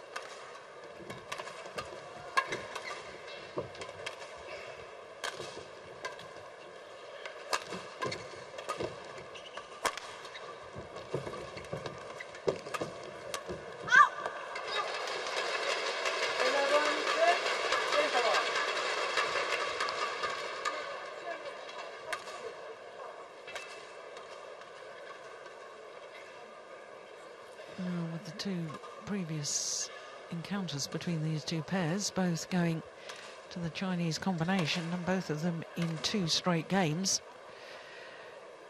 Park Ji-won needs to work some magic here.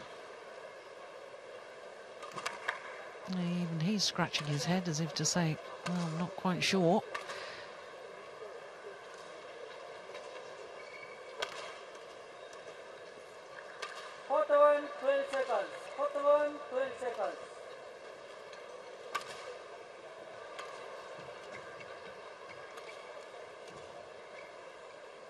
For the Chinese pair last year, as I said a little earlier, only 4 tournaments played last year, and at least a semi-final in 3 of those 4, including 2 finals and a win. It's not a bad start to a partnership, is it?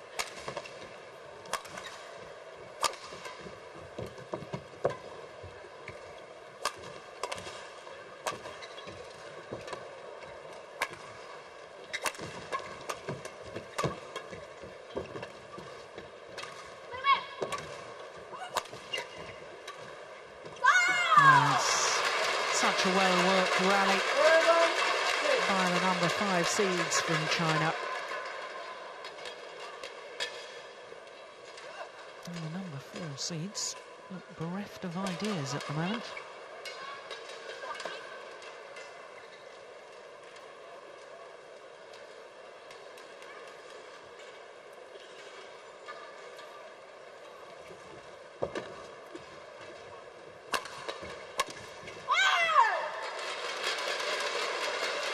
Gone long.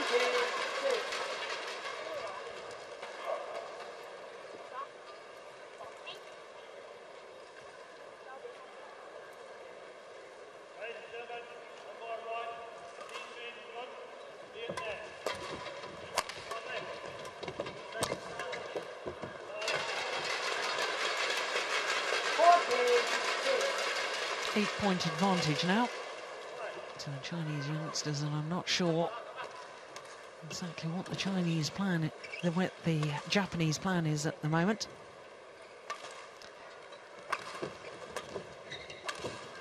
Seems to be no real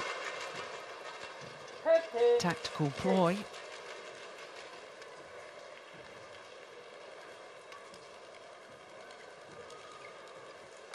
And almost certainly both physically and mentally drained after last night's quarter-final.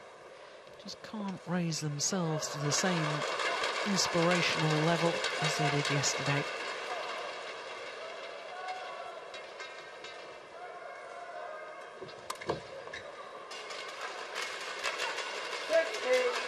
And sadly, errors are now flowing from their rackets.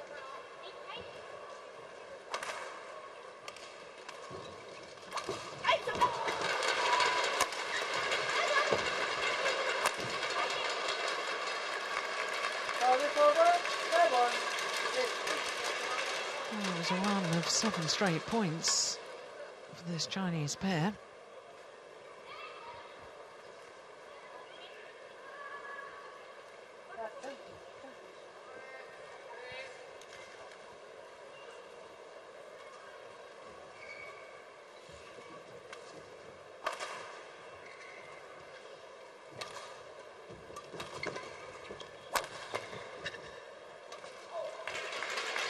That's gone well long of the back line. Oh, you better watch it, try. Ladies and gentlemen, please be reminded that the best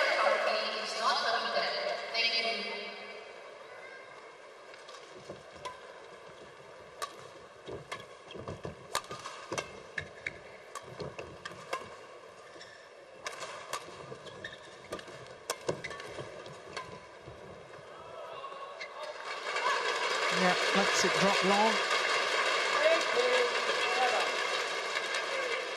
And I suspect it's now all over, bar the celebrations from Bao Yi-sin and Chong Sian-sin. 2 points away from their 4th final of the year.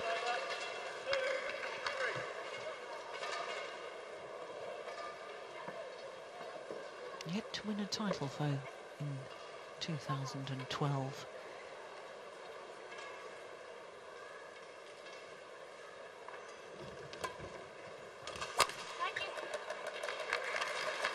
Service over, 8-19.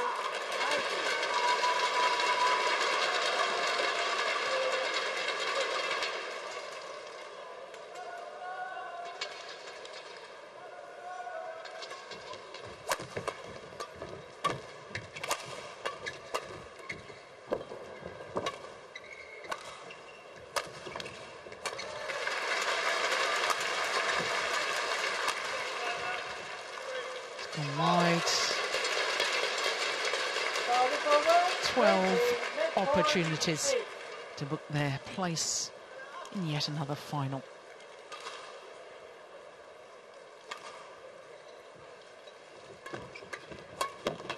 Oh, she's even missed that, Suitsuna. And for the number 5 seeds, the youngsters from China, Bao Yi-sin and Chong Sian-sin. Well, very workmanlike performance. Next one by Bao Yi-sin, Chong Sian-sin, 21-15, 21-8. Just 35 minutes in duration, and sadly, for the Japanese pair, who had such a thrilling quarter-final yesterday, just couldn't raise their games and their spirits to that same high level. Outplayed today, as the scoreline suggests, 21-15, 21-8 in just 35 minutes.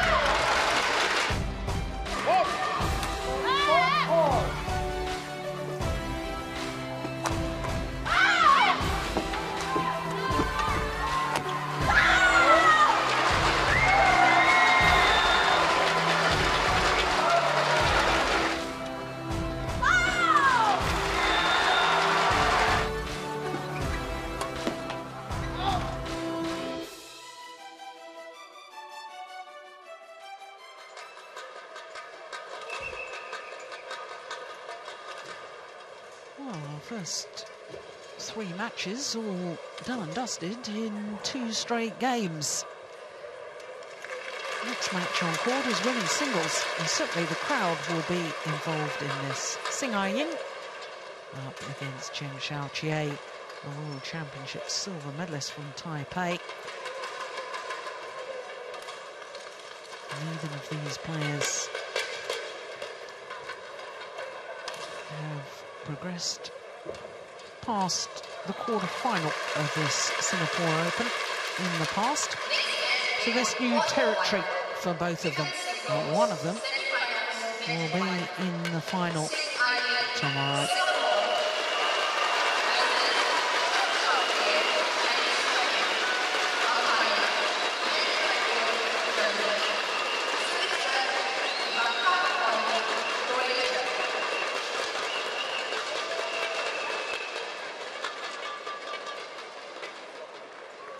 A big cheer from the crowd as the announcements were made for Sing Ai-ying to come onto court, and as you can see from that, her quarter-final yesterday against Ip Pui-yin of Hong Kong was 9-15 down in that second game, and also 16-19 down, saved a game points at 19-20 before securing it. As you can see, 21-9, 23-21. As for the number 4 seed from Taipei, Chen Chen Xiaoqie. Well, her matches included yesterday's quarter-final against the left-handed Japanese number 7 seed Sayaka Sato, but it was against another player from Singapore, Chen Jiayuan, where she was taken the full distance. Complimentary copies of the newspaper are available at the South Point area. You may wish to proceed there to collect a copy. Thank you. So for both these players, previous best at this particular event, a quarter-final. And for this lady, the 22-year-old who was born in Jiangsu province in mainland China, world ranking at the moment of 49, third-ranked Singapore player, but my goodness, hasn't she just played so well this tournament so far. Her win-loss record for the year, absolutely level. She was in a semi-final previously this year. That was the Malaysian Grand Prix Gold event. So to her opponent, 26-year-old Chen Xiaoqie, number 4 seed, and down 2 places in the world ranking to number 13. And she actually has a negative win-loss record for the year. 8 previous individual tournaments, and her previous best prior to this was 1 quarter-final at the Asian Championships. Real character, Chen Xiaoqie. Reached the final of the World Championships last year in Wembley, in London. Lost out to Wang Yihan in the final.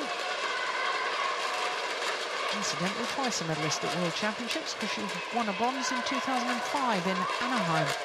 Goodness me, that seems an age ago. She's still only 26. Our umpire from Germany, and the service judge from Croatia.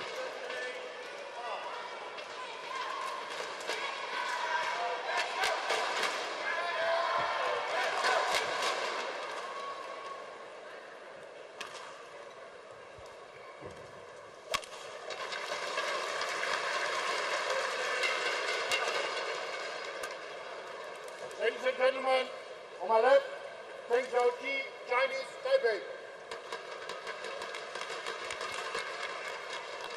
On my right, Li-Ning Singapore. Chen Xiaoqie to serve, level, play.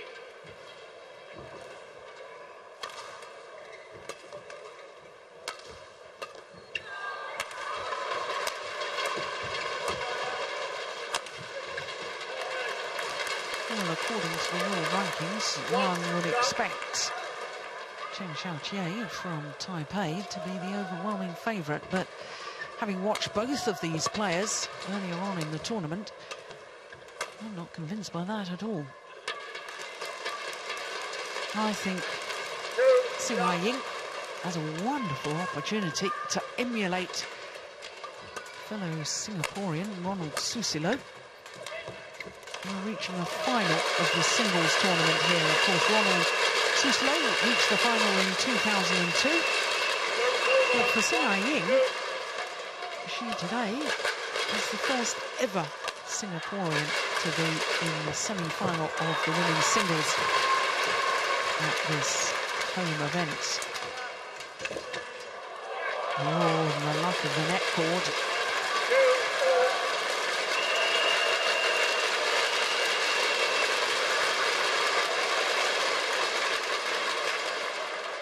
Yes, I think we can expect a big loud cheer from the crowd every time Xing Ying wins a rally. Yep, there we go.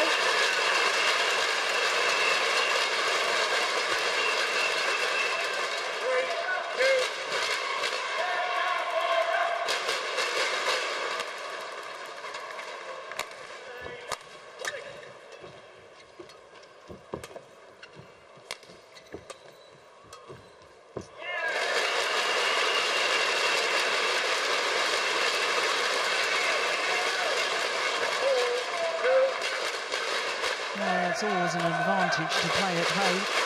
Home support gives you psychological lift.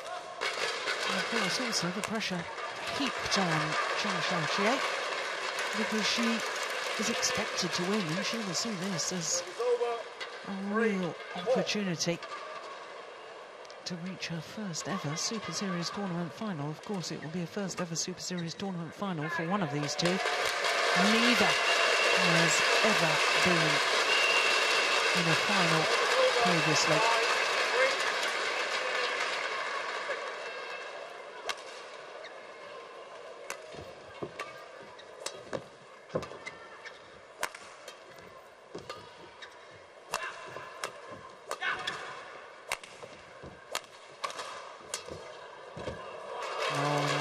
She really has delightful racket skills.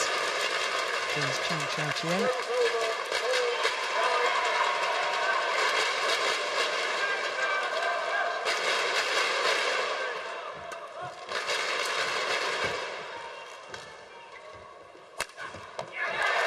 Yeah, but so too does Li-Ning.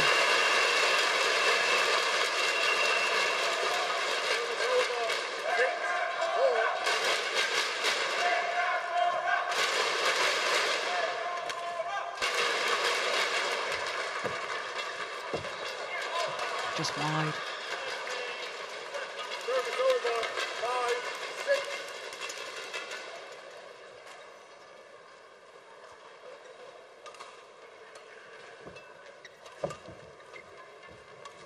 Oh, that's perfect. Right into the deep backhand corner. You see how he really burst onto the world stage. Winning her first title at the 2004 US Open at aged 15 years, 54 days. And has really struggled in the last couple of years, it has to be said.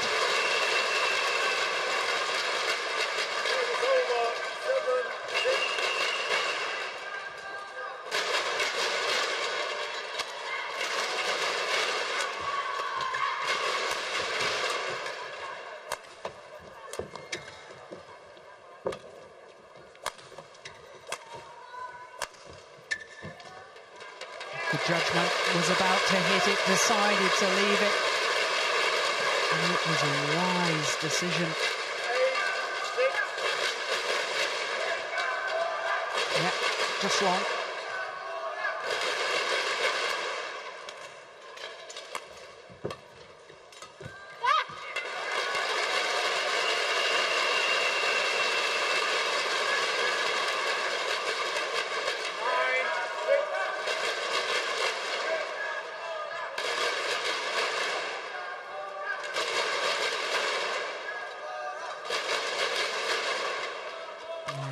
Really getting involved now. That's good to see. Good atmosphere.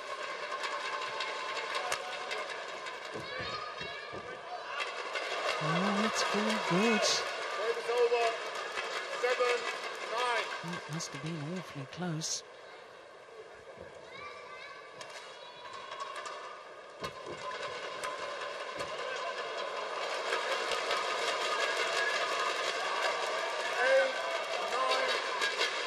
Oh, quite understandably. Little signs of nerves from both players. Very short rallies.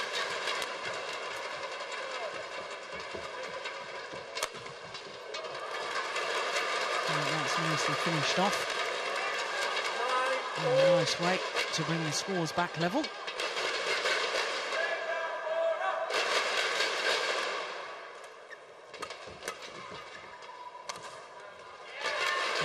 Is long.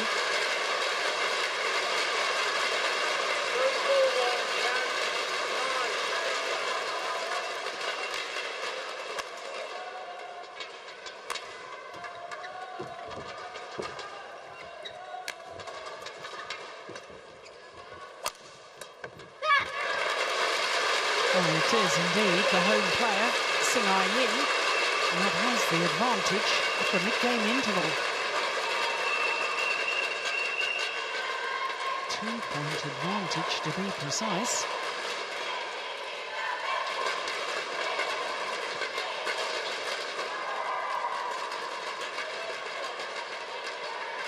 The Singapore coach, Luan Jin.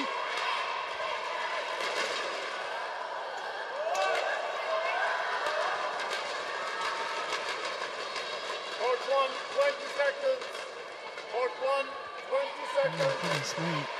That's dangerous, isn't it? Centre of the court. Court is made up of 3 mats that are literally zipped together. And the players themselves haven't noticed that, in fact, centre line and zip has come slightly undone. That could be very dangerous indeed.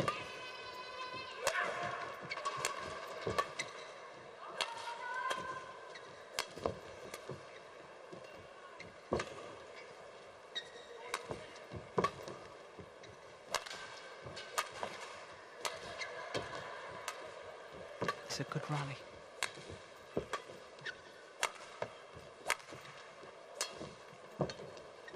It's gone wide.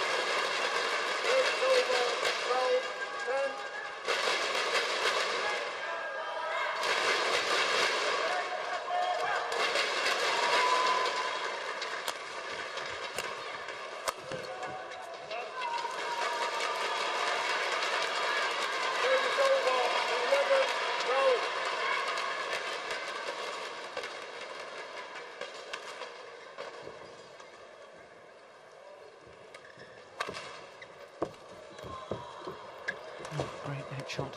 Oh, the opportunity was there. Somehow she got back the net cord. Sing Ai-Ying. This one did awfully well. And then missed that golden opportunity.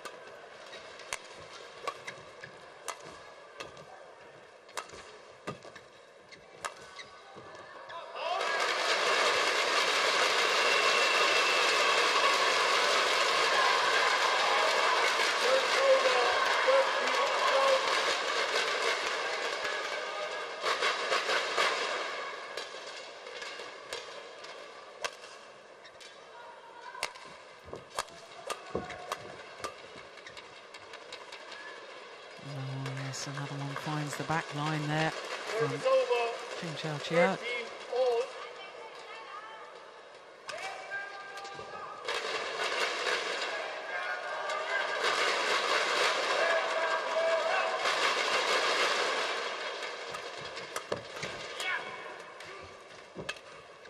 And short. Oh, good defence.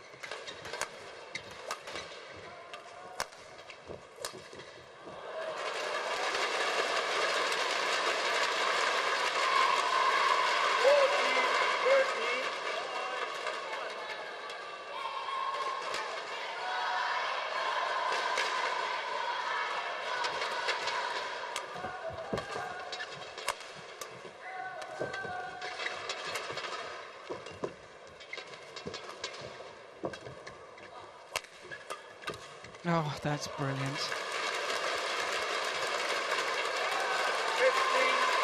Read the attacking shot so well. Steps across, holds the shuttle until the last possible moment. Flicks it deep in court.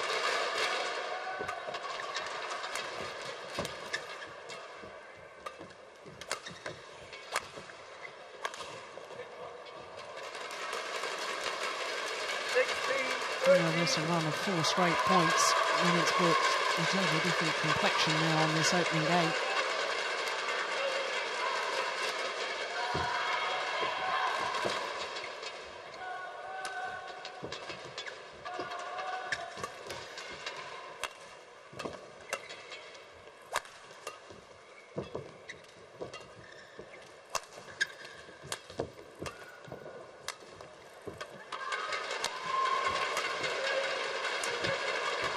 Overdone it.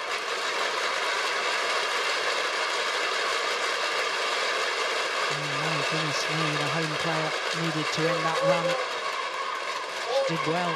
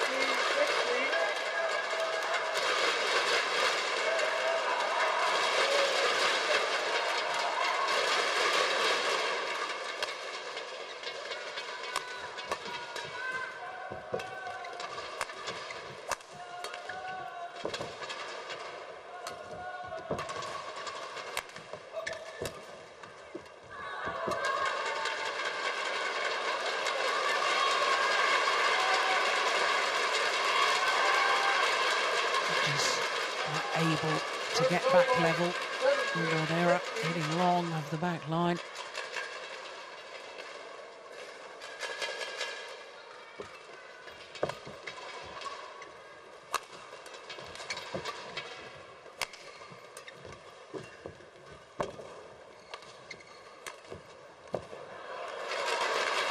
Super skills from Chang.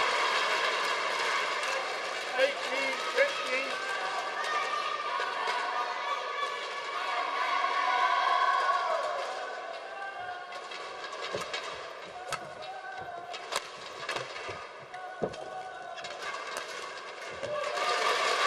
A little stamp of frustration there from the number 4 seed.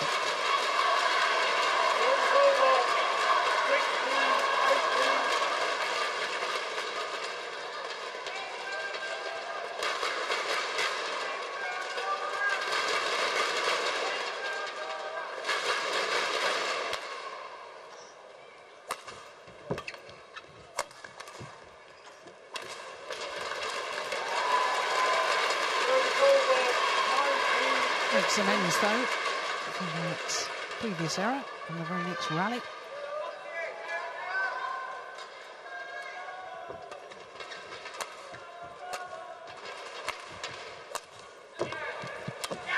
Oh, goodness gracious, how on earth did she make contact with the shuttle? Good commitment from Sing-Ying. That's a lovely shot and followed forward to the nets. Well, this is extraordinary. Look, she's turned her back on the shuttle. Still made contact.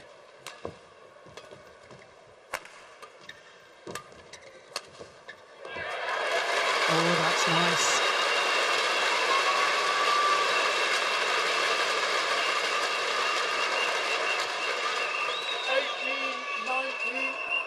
Yeah, little clenched fist tells us of the state of mind. Still fighting, and why not? There's only 1 point in it.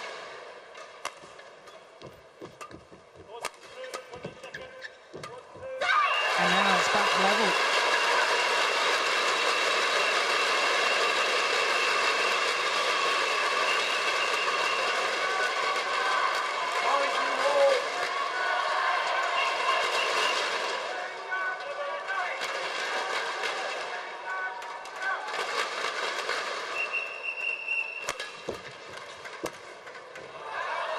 Oh, she's hit it long.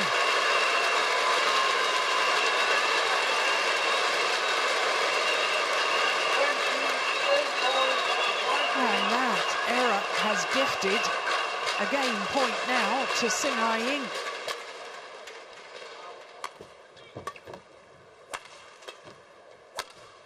Oh, that's well saved there.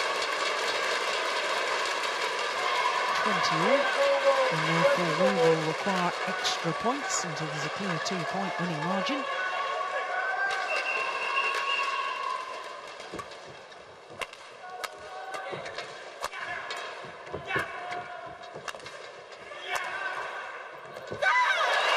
Yeah, good aggressive, positive play from Sing-Ying.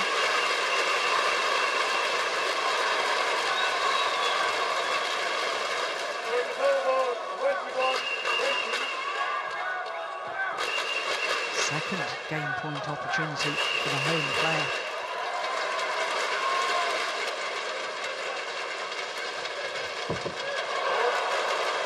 Oh my goodness me. Went into the full splits position.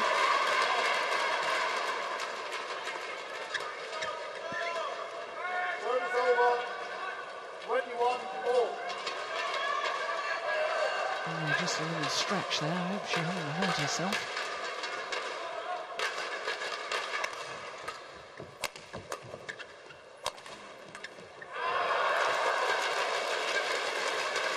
Having just saved 2 game points. Chang has a game point herself.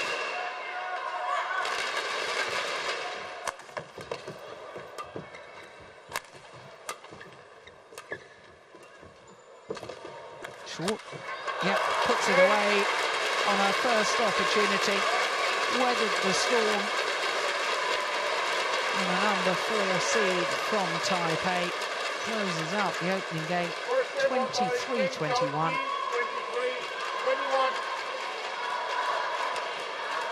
18 minutes of play.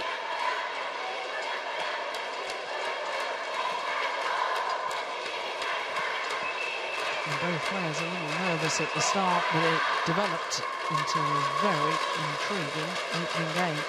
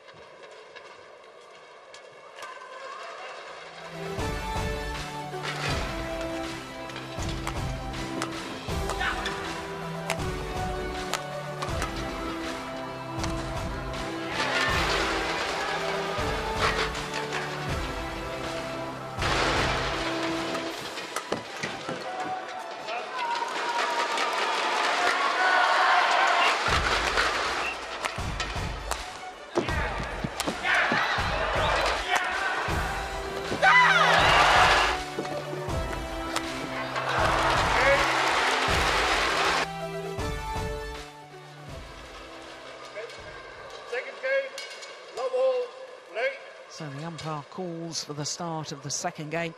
Number 4 seed Chin Xiaoqia, having taken their first 23-21 after surviving 2 game points.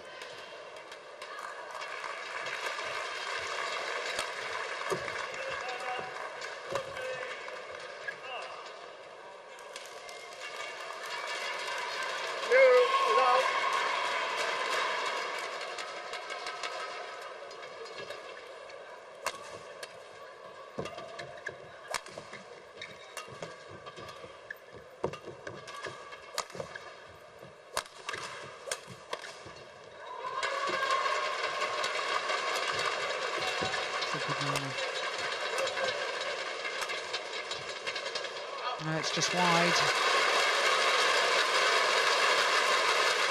And the crowd here at the Singapore Indoor Stadium doing their utmost to try and lift this lady.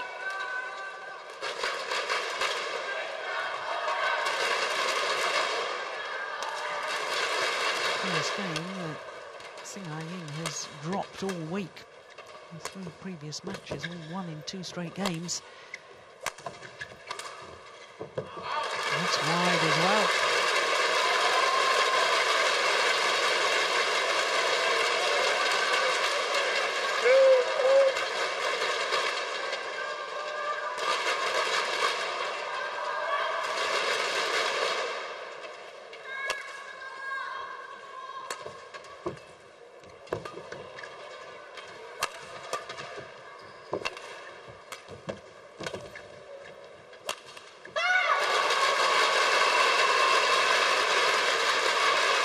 Well, all credit to Li-Ning, because despite losing that opening game, he's really come out with good initiative here at the start of the second.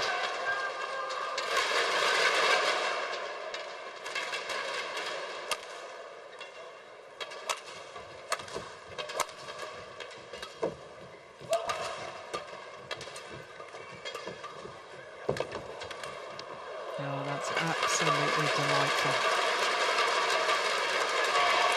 A lesson in how to outmaneuver your opponents. Look at that.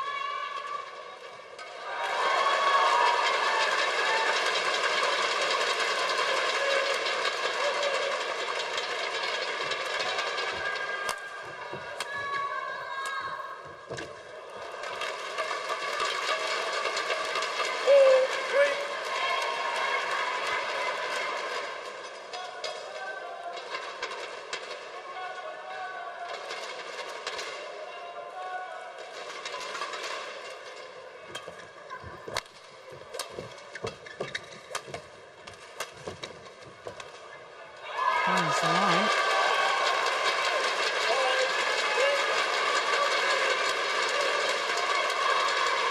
not sure that Sing Ying was actually convinced by that call.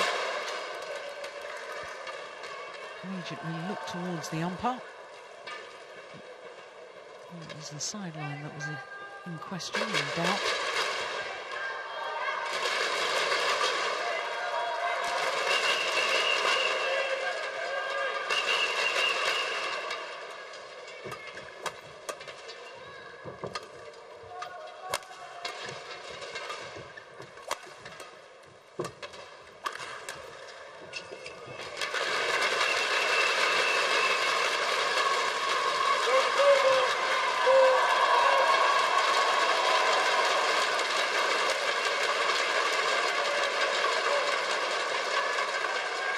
Qualified for the Beijing Olympics, did this lady, Sing Ying, but hasn't qualified for London.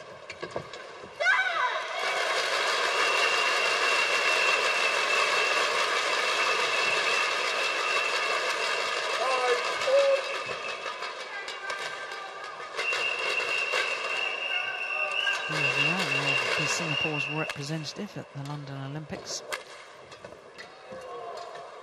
Oh, that's nice.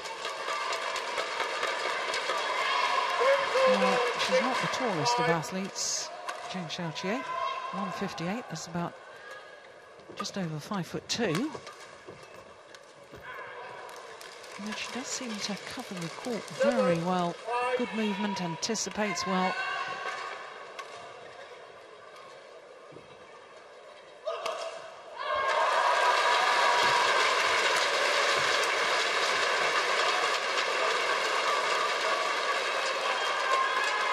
She's also a great fighter on court. You remember when she won the Chinese Taipei Grand Prix event of 2010.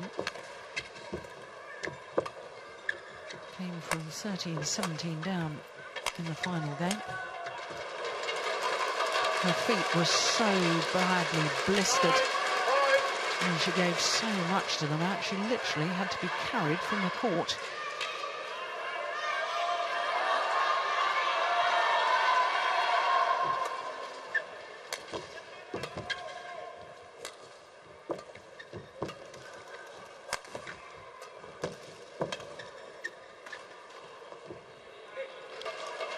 Very good judgment. Lets it drop long. 5 straight points from 5-all to 10-5.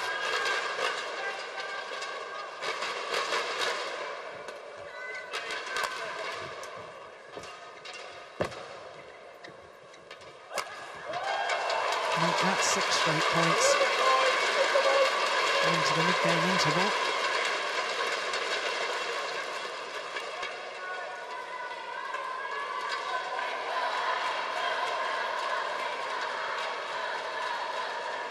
Such a disguise with the overheads. I don't know how she creates that.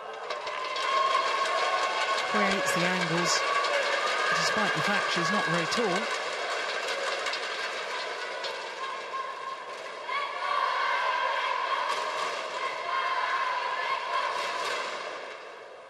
Put 1, 20 seconds. Put 1, 20 seconds.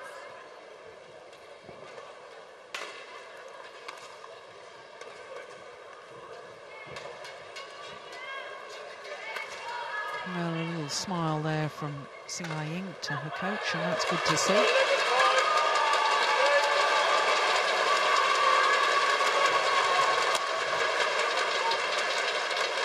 Although she won't be happy with that one. Error on the return of serve, going wide of the singles court. She's got to stop this run.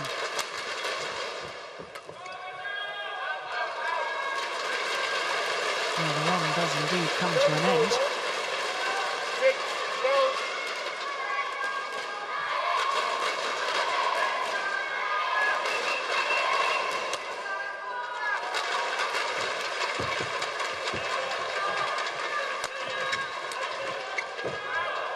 Oh, that's an extraordinary shot.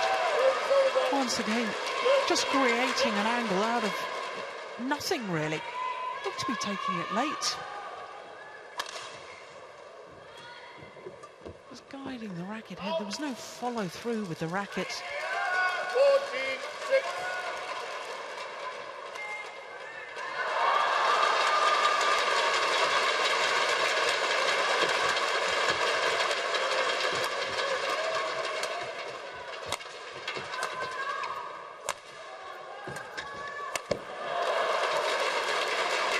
she's looking very relaxed now.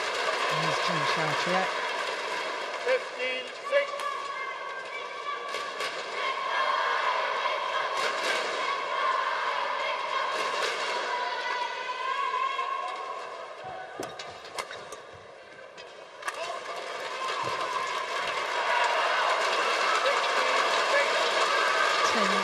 Advantage now to Chen.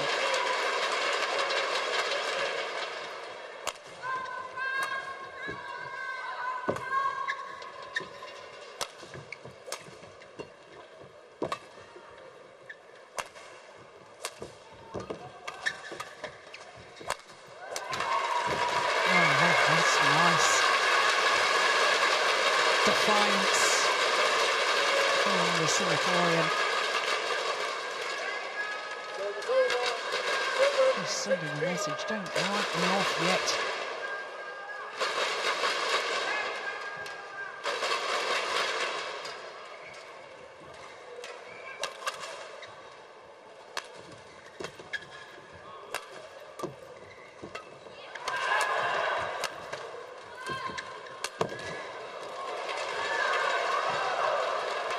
Service over, 17-7.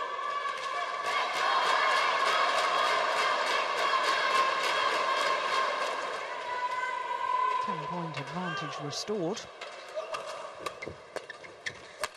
And now extended.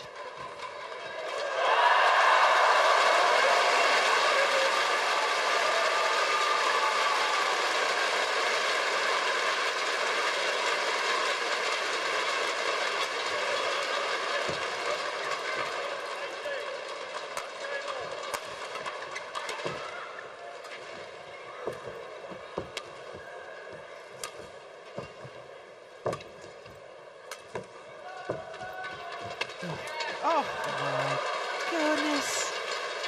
How did she miss that? It was a wonderful net shot from Sing Ai-ying. How on earth did Chen Xiaoqie get that back? Get it back she did, and I think that Sing Ai-ying was just so astonished that she made the error.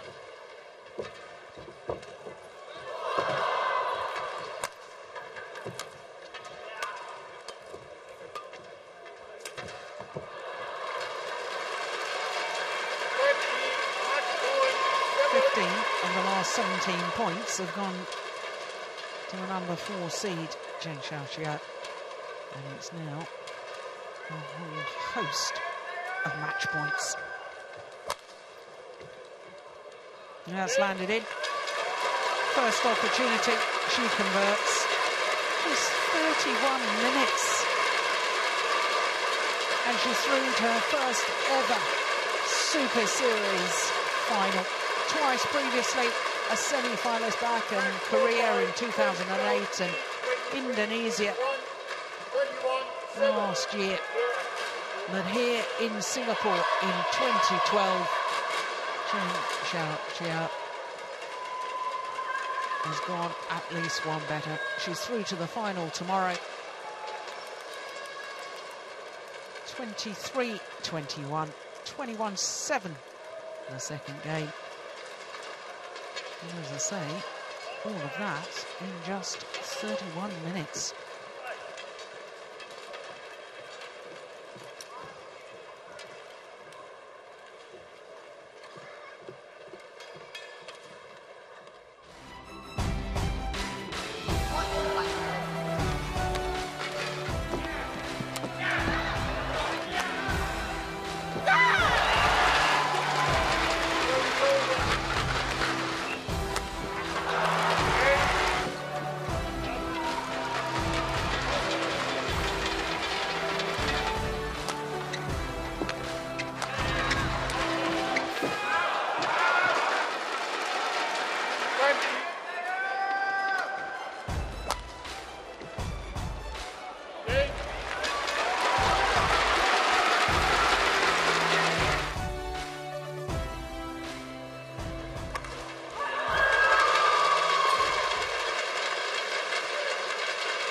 Just one more semi-final to come, and it's men's doubles. It features the Olympic champions Marcus Guido and Hendra Setiawan.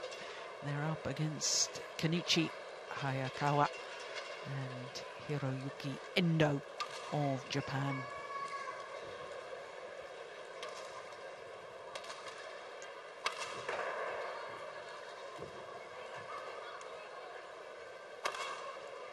Well, I'm not sure the players are ready. Perhaps that last match going in double quick time, and the players not ready, waiting in the tunnel, perhaps not warmed up. Well, the crowd still have badminton to watch because 2 courts in action today on semi-finals day, and I can tell you that on the adjoining court in the second of the men's singles semi-finals, Tian Minh Nguyen of Vietnam, the number 6 seed, has just taken the second game against Boonsak Sana of Thailand, who took the first. So the match on the adjoining court in the deciding game.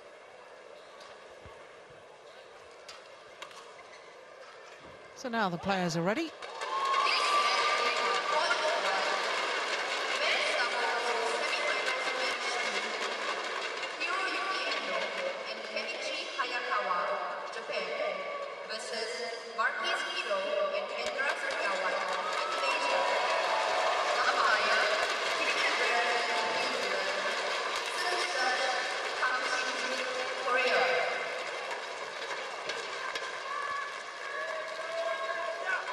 So the men's doubles,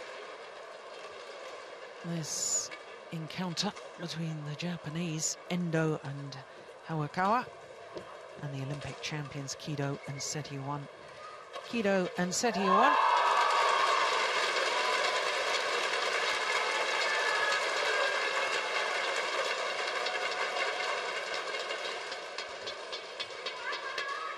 so the Olympic champions, quarter-final victory over Govi Shem and Lim Kim Hwa of Malaysia, but they would push the full distance in the second round against another Malaysian pair, Hoon Tien Hao and Tan Wee Keong. As for Hayakawa and Endo, well, they had a tough old battle yesterday against the young Danes Christian Ron Skogel and Mads Polding. They too pushed the full distance in that one.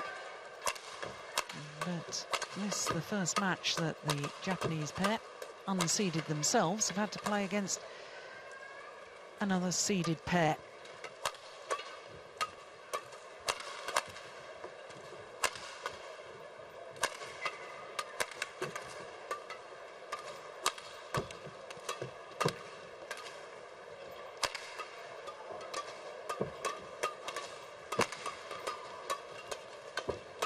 So this is the third meeting between these two pairs, and as you just saw, the previous two honours are shared, one apiece.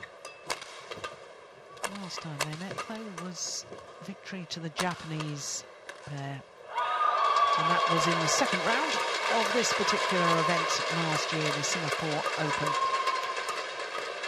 So the Japanese combination, number 13 in the world ranking.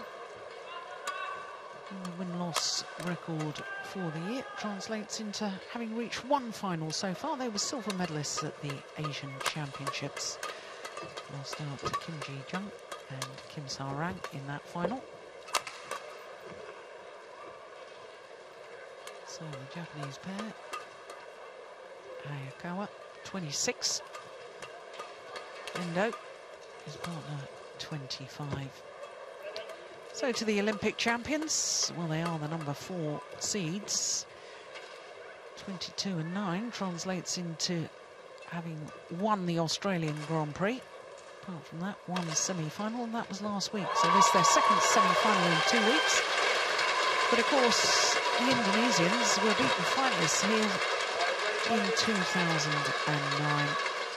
This is their 8th appearance and 4th semi-final at the Singapore Open.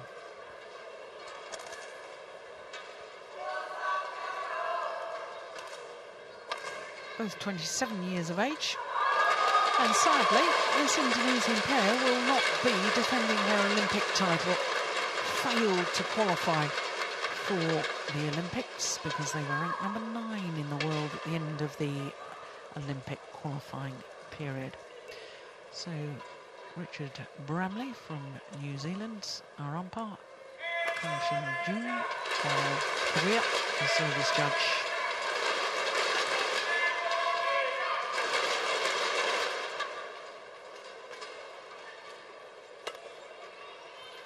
What was bewildering as far as the 2008 Olympic champions was concerned, they didn't play the last 2 tournaments before the end of the Olympic qualifying period. Didn't enter the Asian Championships and didn't enter the India Superseries event either. The last 2 qualifying tournaments, and had they played, they may well have qualified. Who knows? Can't live on what ifs and maybes, but it does seem a shame, doesn't it? Ladies and gentlemen, on my right, Marcus Kadu, Hendra Sitawan, Indonesia. On my left, Kenichi Hayakawa, Haruyuki Endo, Japan. Marcus Kadu to serve to Haruyuki Endo, level, play. So the Indonesian pair now compete as independent players, independent of the governing body of Indonesia, PBSI. They showed good form last week in their home events, reaching the semi-final before losing out to the eventual champions, Jung Jae-sung and Lee Yong-dae from Korea.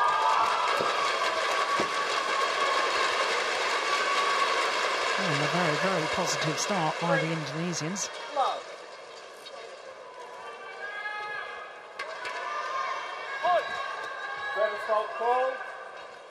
Service fault called, indicating that he moved his foot as he was serving. Got to keep your feet firmly on the ground. Not allowed to slide the foot. They've got to be in one position.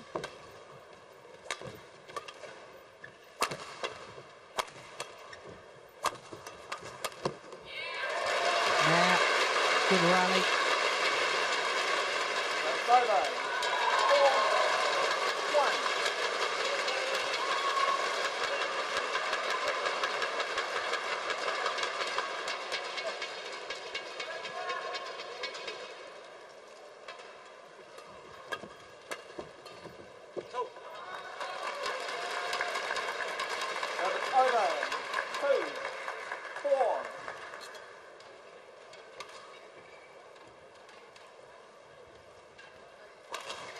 25-year-old Endo.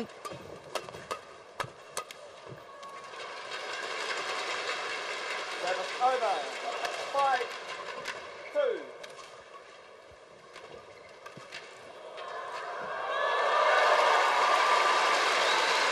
Two titles for this Japanese pair, and both of them of the Australian Grand Prix 2010 and 2011. Service over. 3-5. Push.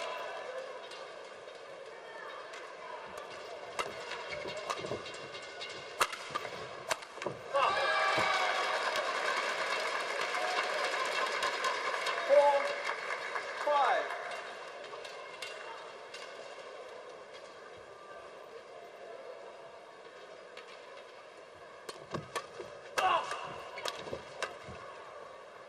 Oh, thought that was going out.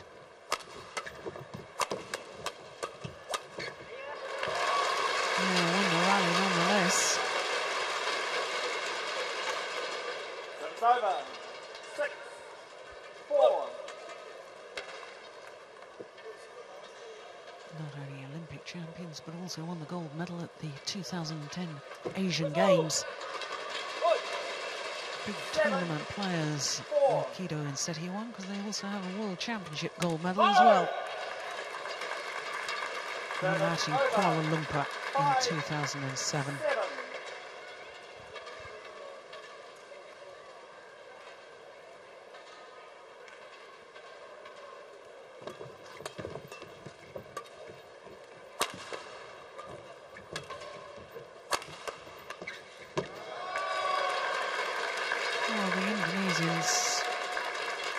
more content to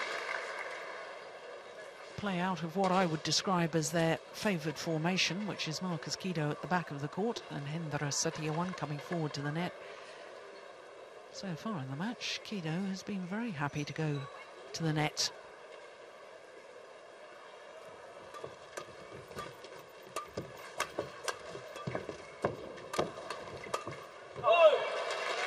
Oh, it's called good. Oh, well, correction by our umpire, Richard Bramley. And I have to say, I think the correct decision was made in the end. Oh, yeah, that was a mile out. Good overall by the umpire. And the Japanese pair back level.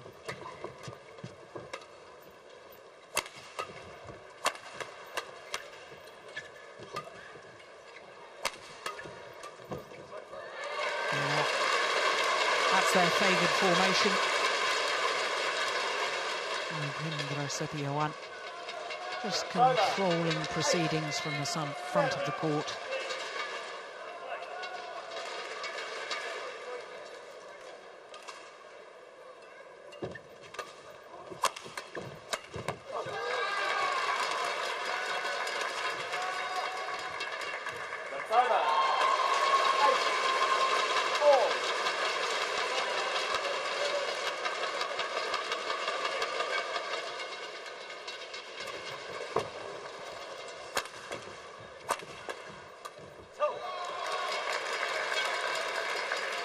Japanese pair into the lead. 9-8.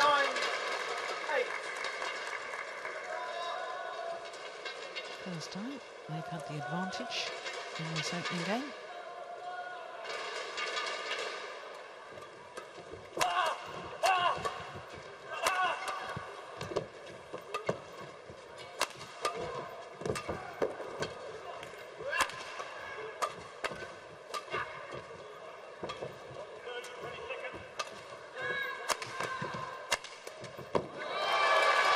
Good rally.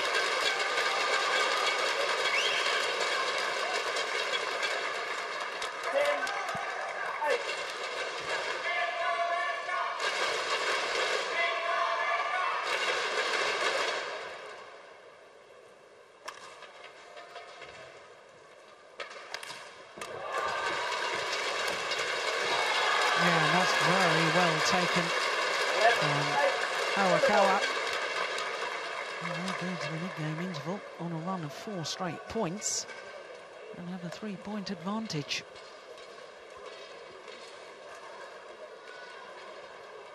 Paul Givon and Rioni Manaki, 2 coaches.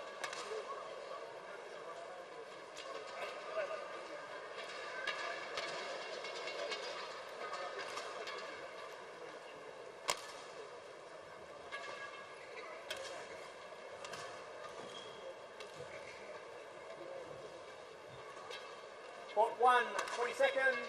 Court 1, 20 seconds.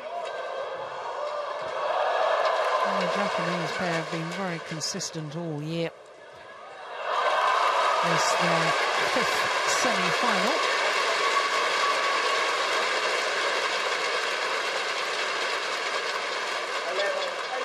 In 9 tournaments.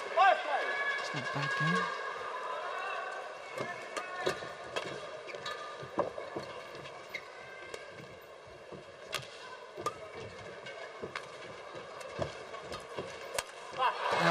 Great backhand to finish it off from Hiroyuki Endo. Slightly casual from Marcus Kido, has to be said, the backhand.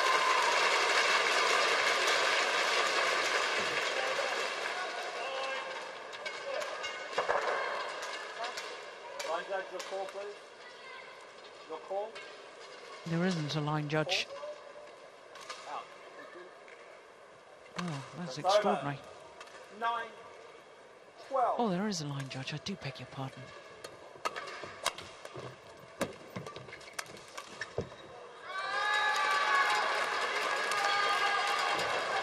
It's over. 15-9.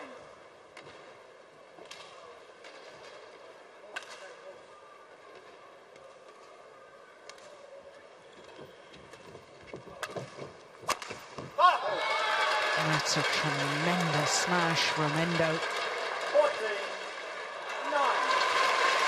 Ladies and gentlemen, please be reminded that the trophy is not repeated. Thank you. Thundered that down.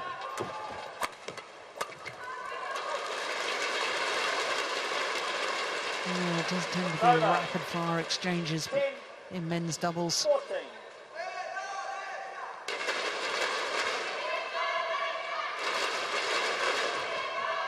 Kido from Jakarta, his partner from the ancient city of Malang in East Java.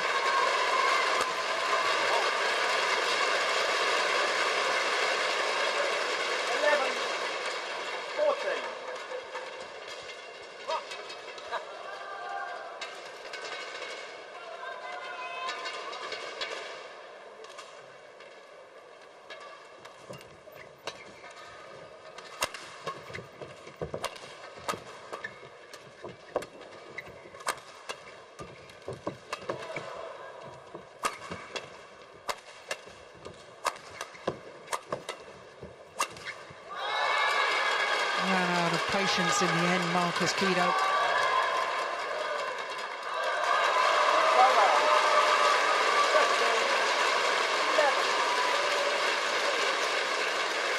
And the body language after the mistake, the disappointment, very obvious.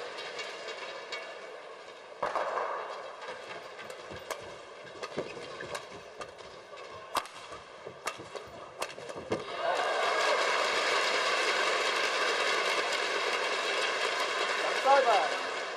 12-15.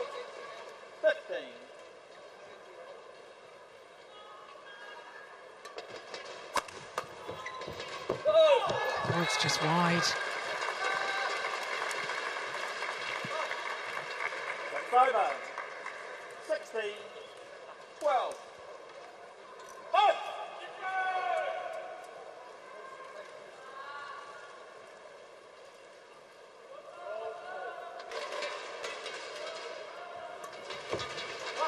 That's a lovely return. Over. Just guiding the shuttle in a downward direction. 16. Oh, the flick serve, deceived Hayakawa. But just wide of the centre line.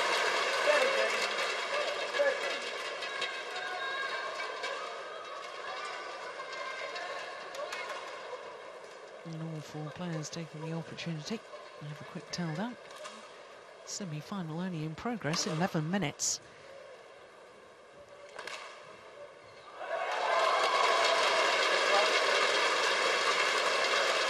He's got a new baby daughter, is Marcus Kido. Insha Olympia.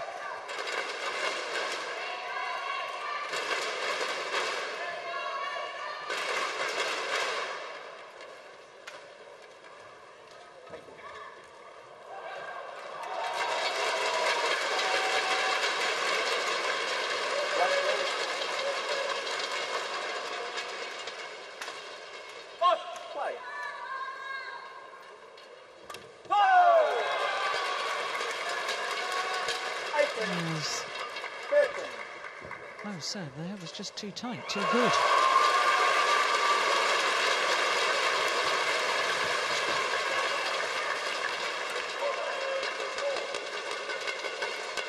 That's over. 14-18.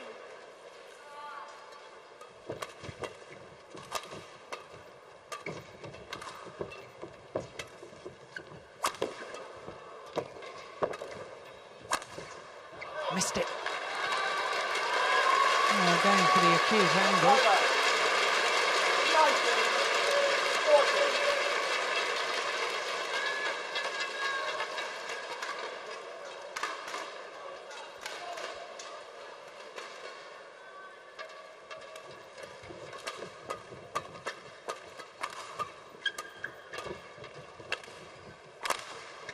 Oh, that's a nice smash.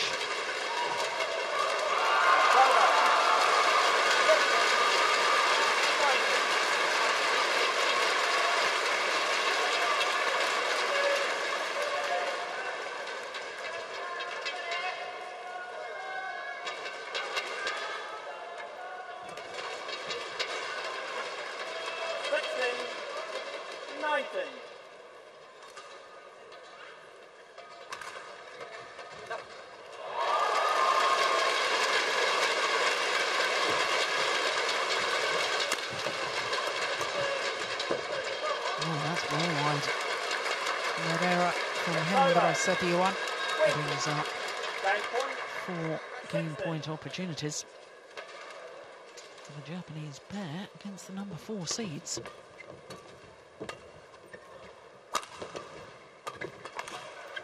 Oh, completely missed it. Oh, that's extraordinary. 21-15, 16. 21-16. 21-16 confirms the umpire. Oh, so bamboozled by Set-1 completely missing our shot. What the score on? Umpire absolutely correct though. 21-16 in just 14 minutes of play.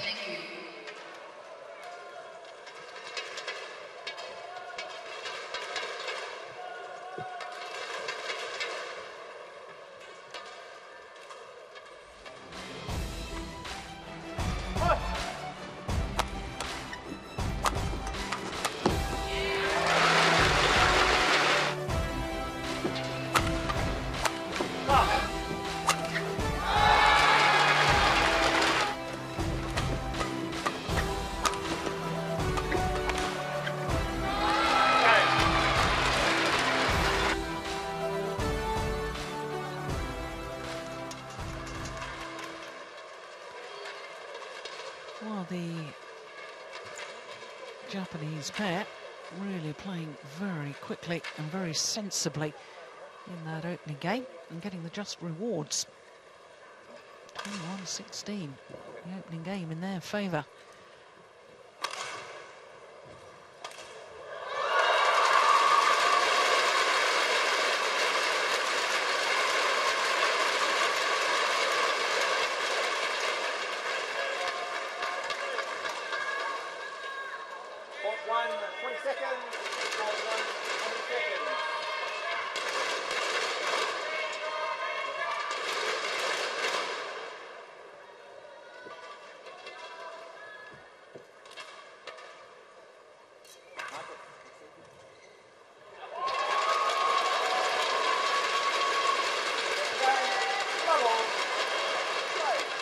So the current Olympic champions have got to do something a little special to turn this around. And that certainly won't help their cause.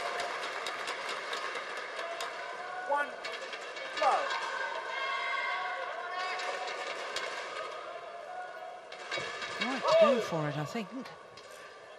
It's over. 1-4. Doubles is all about the attacking play, control and involvement of the player at the front of the court.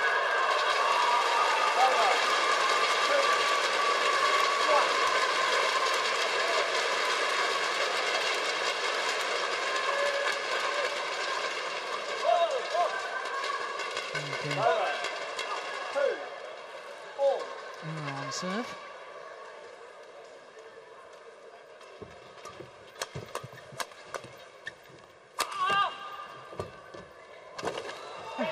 Goodness. Well, I don't think Hiroyuki needed to have played this one. Endo going across. I think the drift would have taken it wide. There he's going forward. Sure, that would have gone out.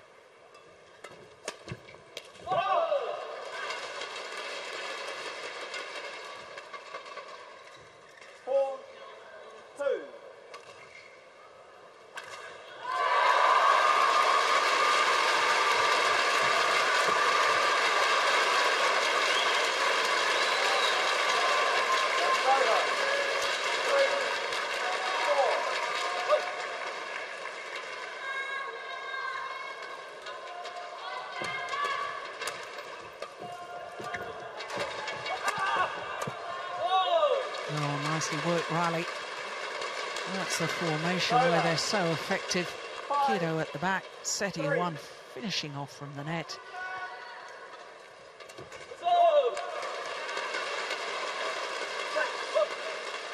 And a race to a 6-3 lead. And then they had a 5-2 lead in the opening game and they still couldn't convert.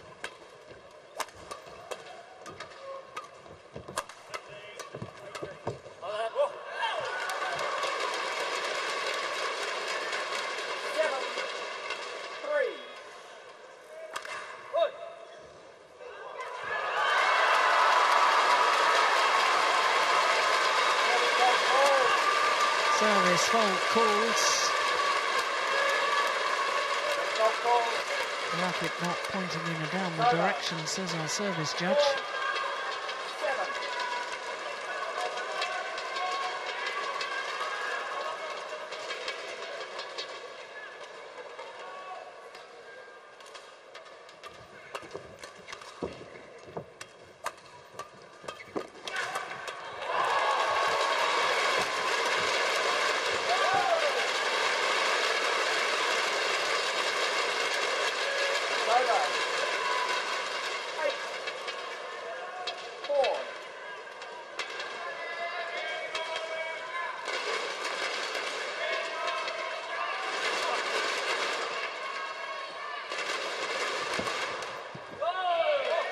Finds the line. 9-4.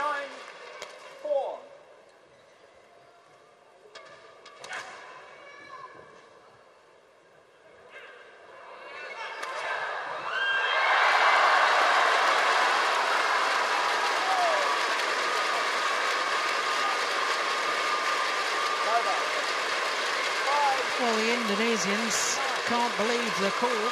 They were convinced that low serve had landed in.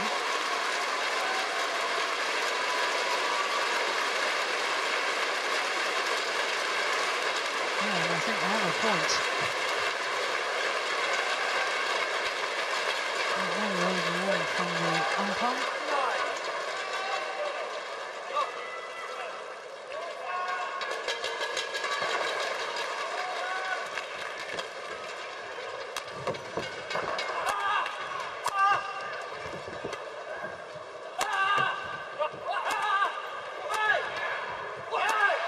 No, he's missed it.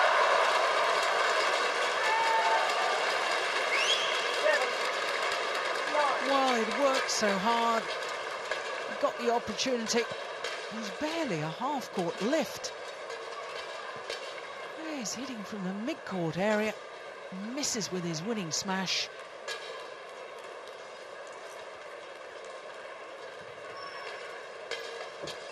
Oh,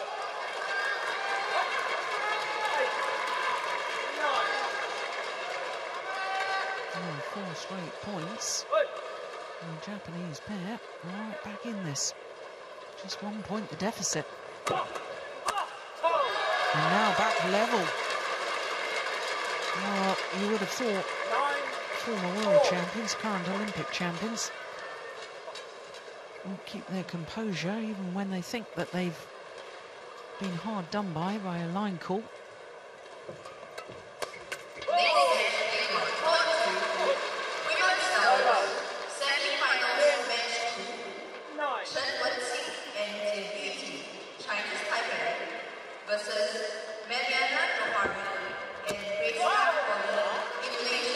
Well, they do indeed recover their composure just in time and have the advantage at the mid-game interval. Kaya and Endo. Just a little bit on the defensive at the start of this second game. They paid the penalty for that. Negativity.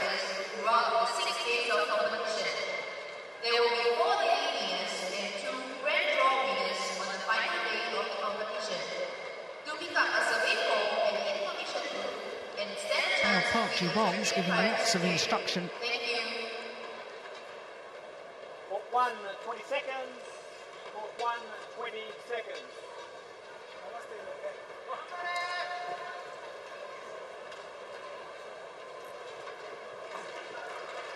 11, 9, play. Oh!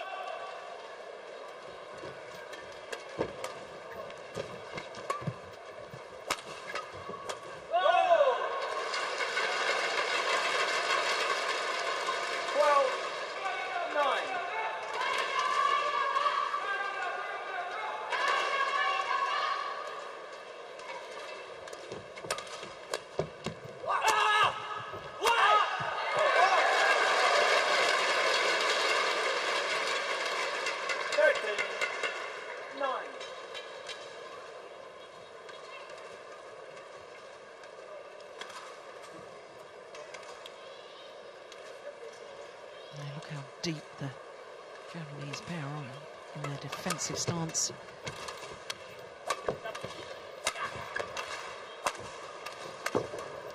Oh my goodness! How on earth did he miss that? 9.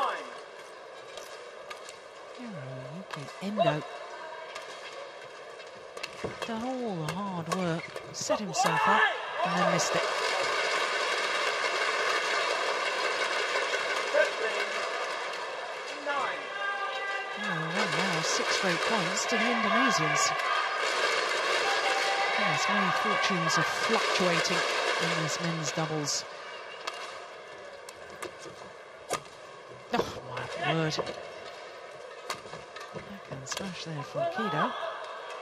And now it's Hawakawa that's missed from the front of the court. 9 all it was. 7 straight points, 16-9 in favour of the Indonesians. 8 straight points. 9.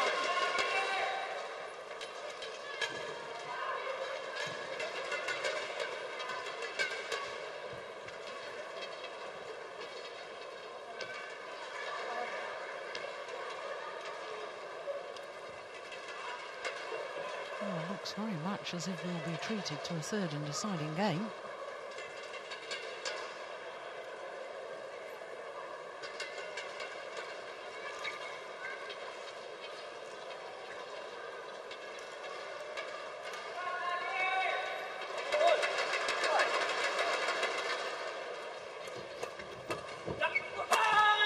They are formidable when they get in that formation. Setiawan reading the game so well at the front of the court. The power of Kido at the back. And now the run of points is extended to 9. And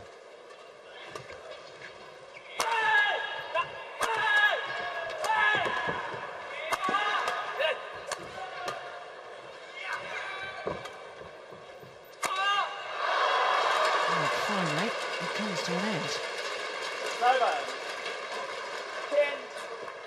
Almost affords himself a little smile, Hendra Setiawan.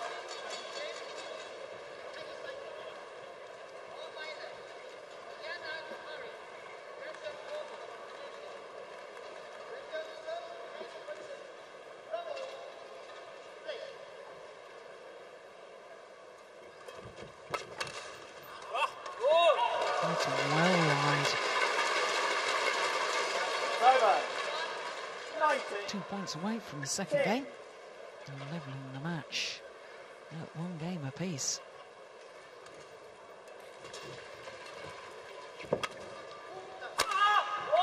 Yeah, that's tremendous. 10 opportunities to send it to a decider.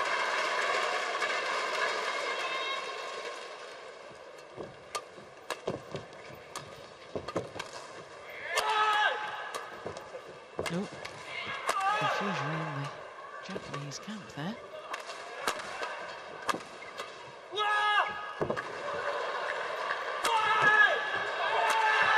Missed it. Well, he does look alarmingly casual at times, does Marcus Kido. Look at that backhand.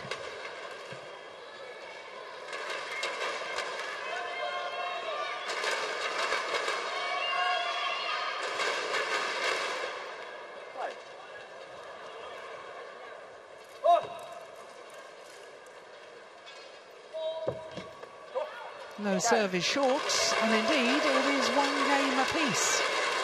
Game won by Marcus Kido and Hendra Setiawan, 21-11. 1 game all. 1 game all, and the match here, this semi-final, has only been in progress 29 minutes. For men's doubles, that's absolutely extraordinary.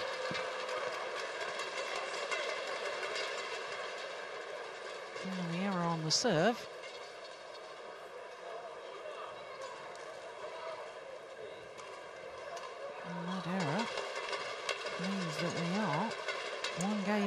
21-11. That second game in favour of the Olympic champions Kido and Setiawan.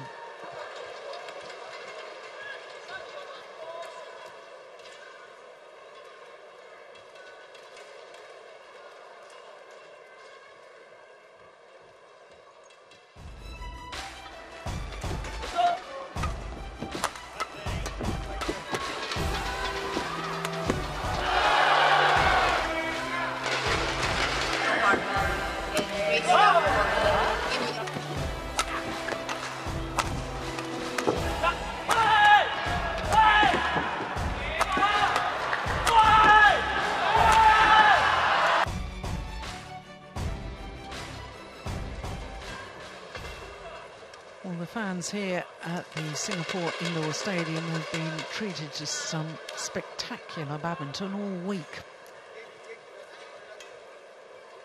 And if you're after spectacular, no pair better than Marcus Kido and Hendra Setiawan.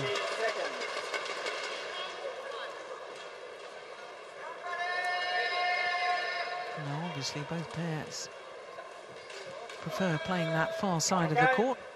Level. Play.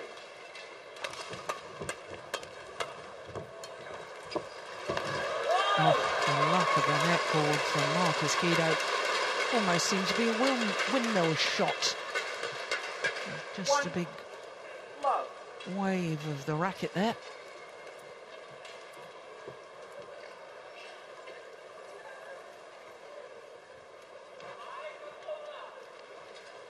And the Japanese pair just saying to the court attendant, got to give that a jolly good mop. Don't want to be slipping over.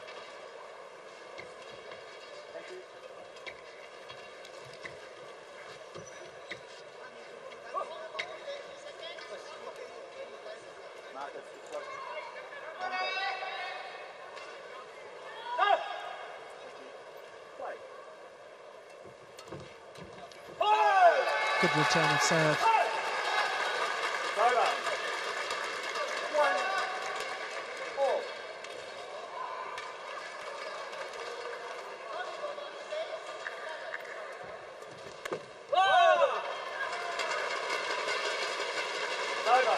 Now, rarely has this game got into a real rhythm. Oh, serve, return, won or lost in 3 or 4 shots.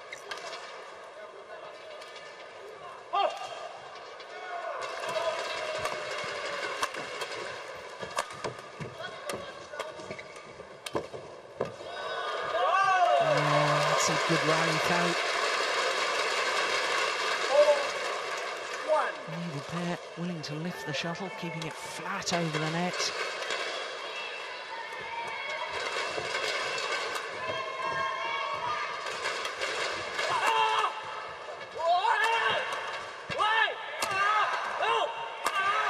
Missed it.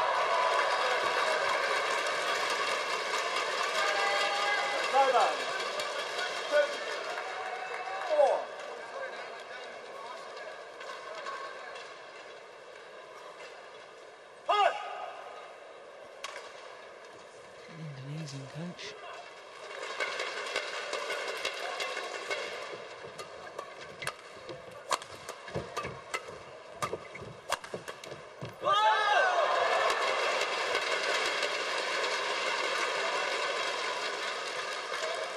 Well, you have to say, he created his own luck there. Over. 5, 2,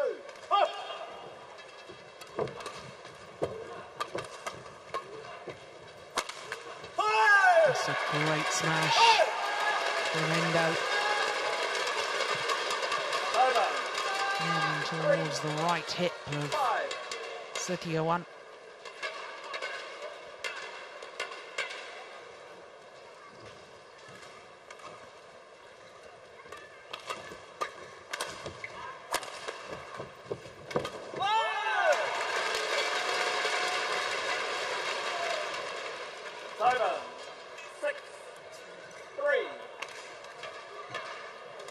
Extraordinary backhand from Marcus Kido. Shuttle had gone past him.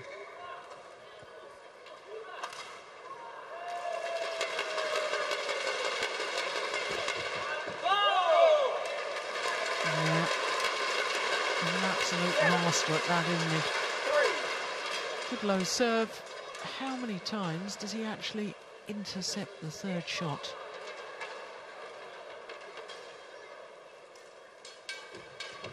And again.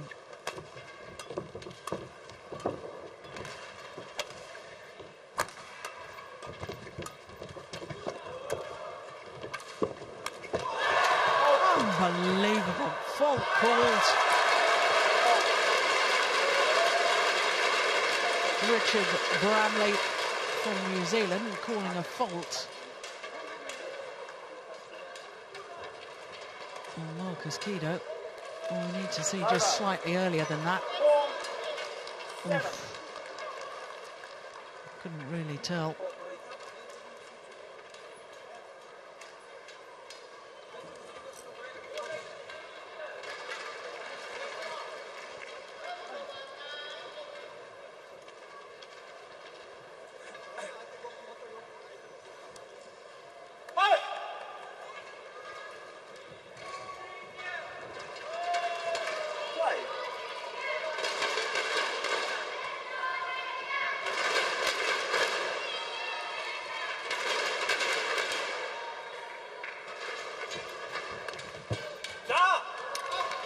This hit it came off the frame of the racket. It's over. 8-4. Oh, that is super backhand from Setio. Virtually no backswing of the racket. Straight down the line.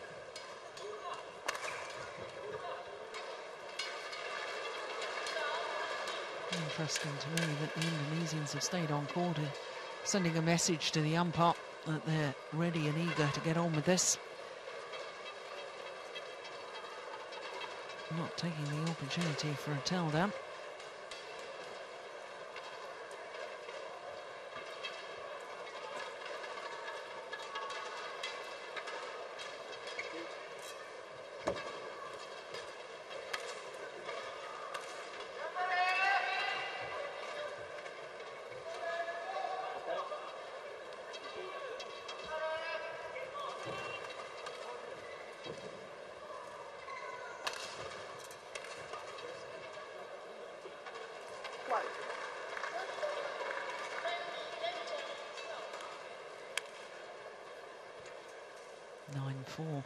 Deciding game.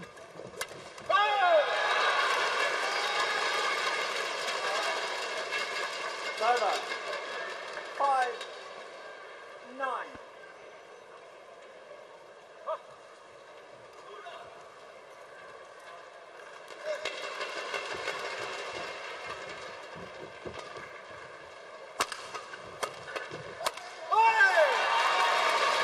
That's the sort of form we saw from this Japanese combination in the opening game.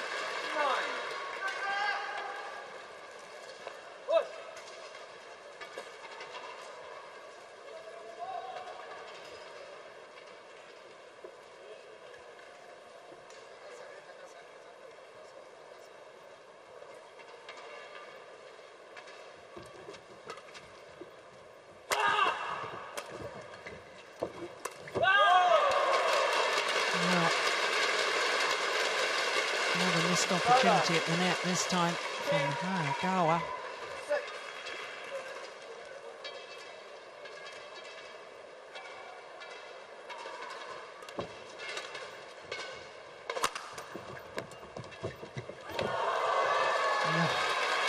Well, it just proves the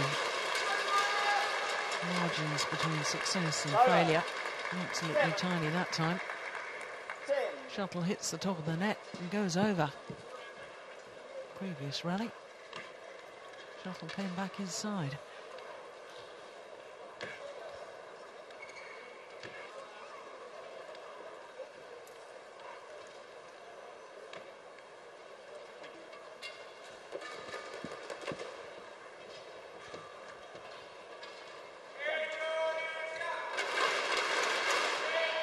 First Japanese combination.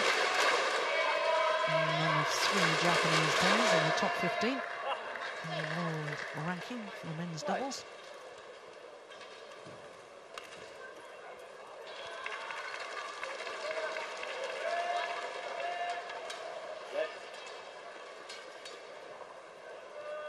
Because Kido was feeling that his opponents had taken too long.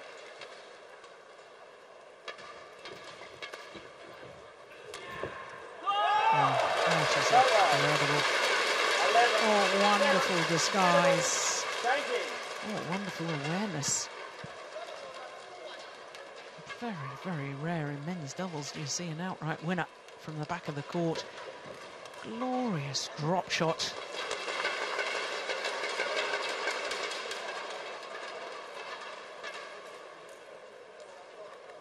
Yeah, they were very deep in their defensive stances once again, weren't they?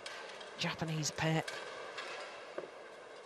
know that the power of the Indonesians and their smashes very severe, and therefore, because of that threat, they then leave themselves vulnerable to the drop shot. Court 1, 20 seconds. Court 1, 20 seconds.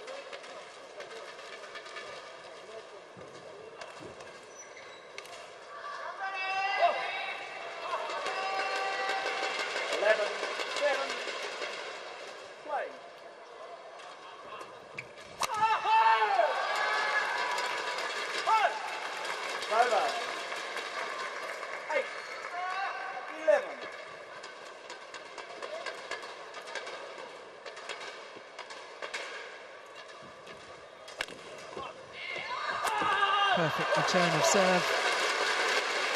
Finding the net cord on the net shot. 12-8. Setting up an easy kill for Kido.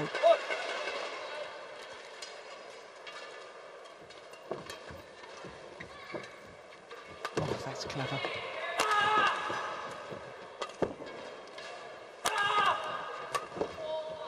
Oh, he's missed it. Knew where the gap was. He just overdid it. Over. 9, 12. Yeah, perhaps just forgetting about the drift, the sideways drift in this arena.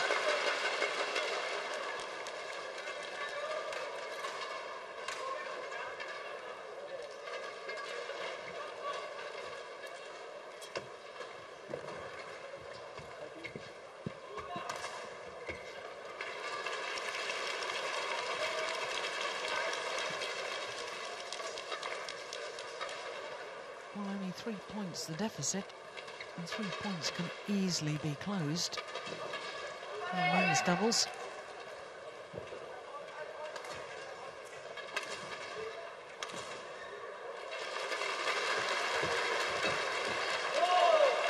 Well, that's not helping their endeavours to get through to the final. 9. Oh, service fault called again. Racket not pointing in a downward direction. So our service judge, the Korean. Oh, well. Seeing that again, I wasn't convinced by the service judge's decision. If anything, it looked a little high.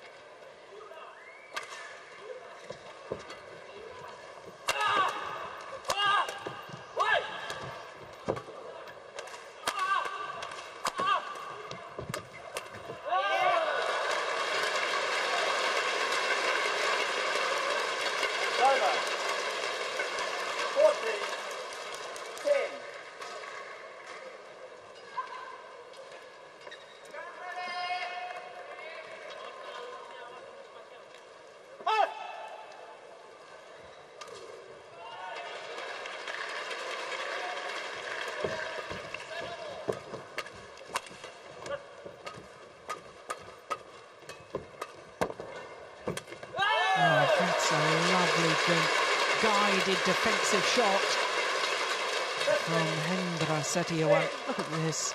Just lays off that, steers it across. Wonderful play. Forces the error. Oh, brilliant again. Very quiet. His hand that I said he won. Quite unassuming. Whereas his partner more of the extrovert.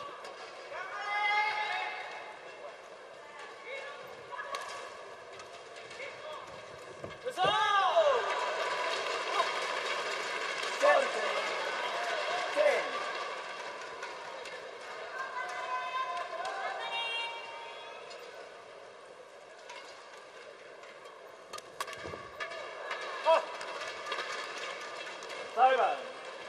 11, 17. Oh, I think we've really reached the point of now or never as far as the Japanese pair are concerned. Got to start closing this gap.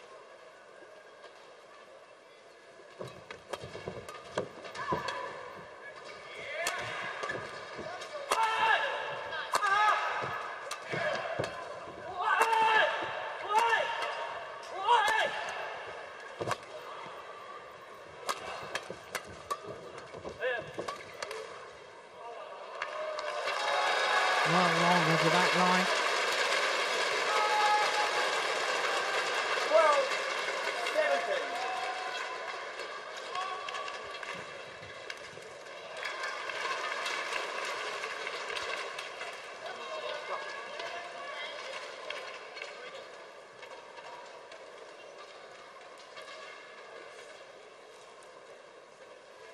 Little hand signal behind the back to his partner, letting him know where he's going to serve to.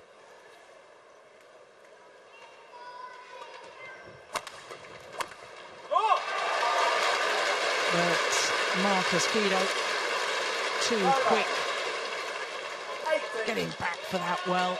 12.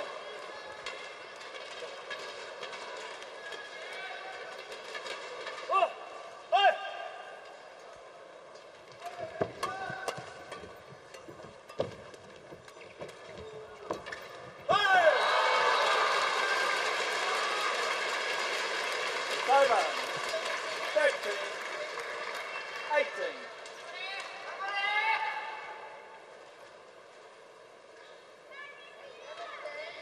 Play.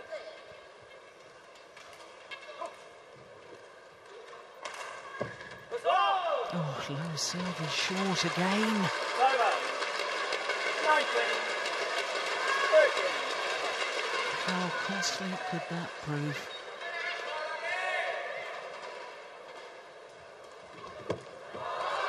And now an error Over. from Sadio. 14, Goodness me, tension out there.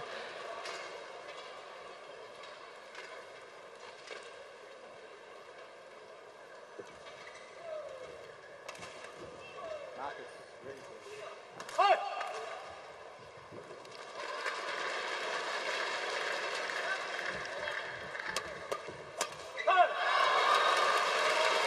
Once again, we've reverted to these very short rallies. 19.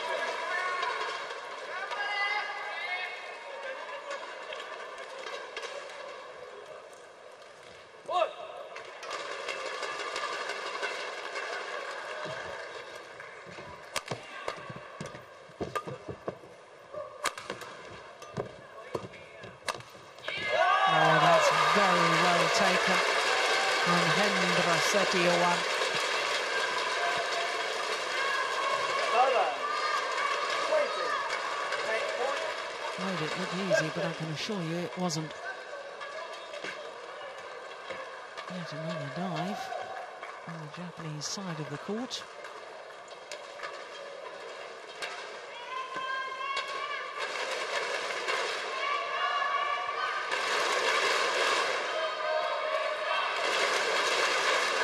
Five match point opportunities for the Olympic champions.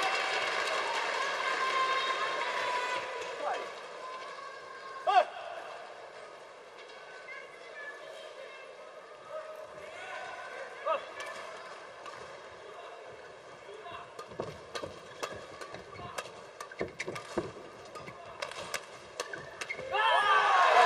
converts. They're through to their second Singapore Open final, having been beaten in the final 3 years ago.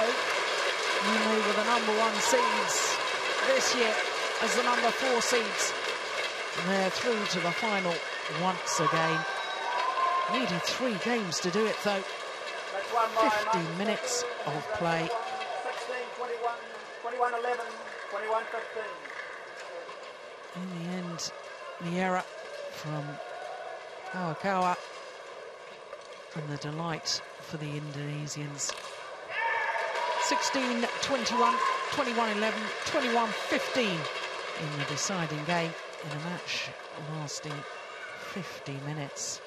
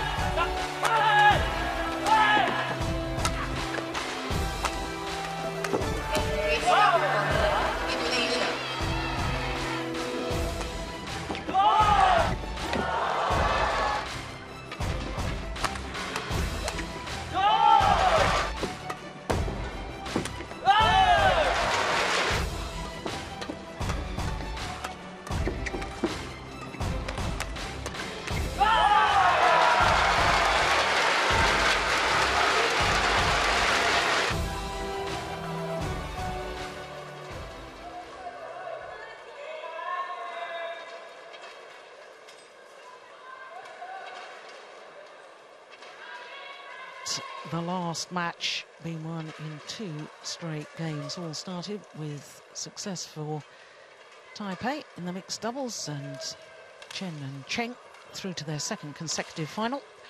And then the young Dane beaten by the former world junior champion Wang Shenming. And then women's doubles, and China totally dominant in that against the #4 seeds Maeda and Suetsuna. Heartbreak for home fans because Sing Hai Ying was beaten in the women's singles by Chen Xiaocheng, and as we've just seen in the men's doubles, the Olympic champions Kido and Setiawan through to their second final. Well, of course, the finals will all happen tomorrow, 1300 local time. Do join us for those. But in the meantime, from Jill Clark and all of us here in Singapore, bye-bye.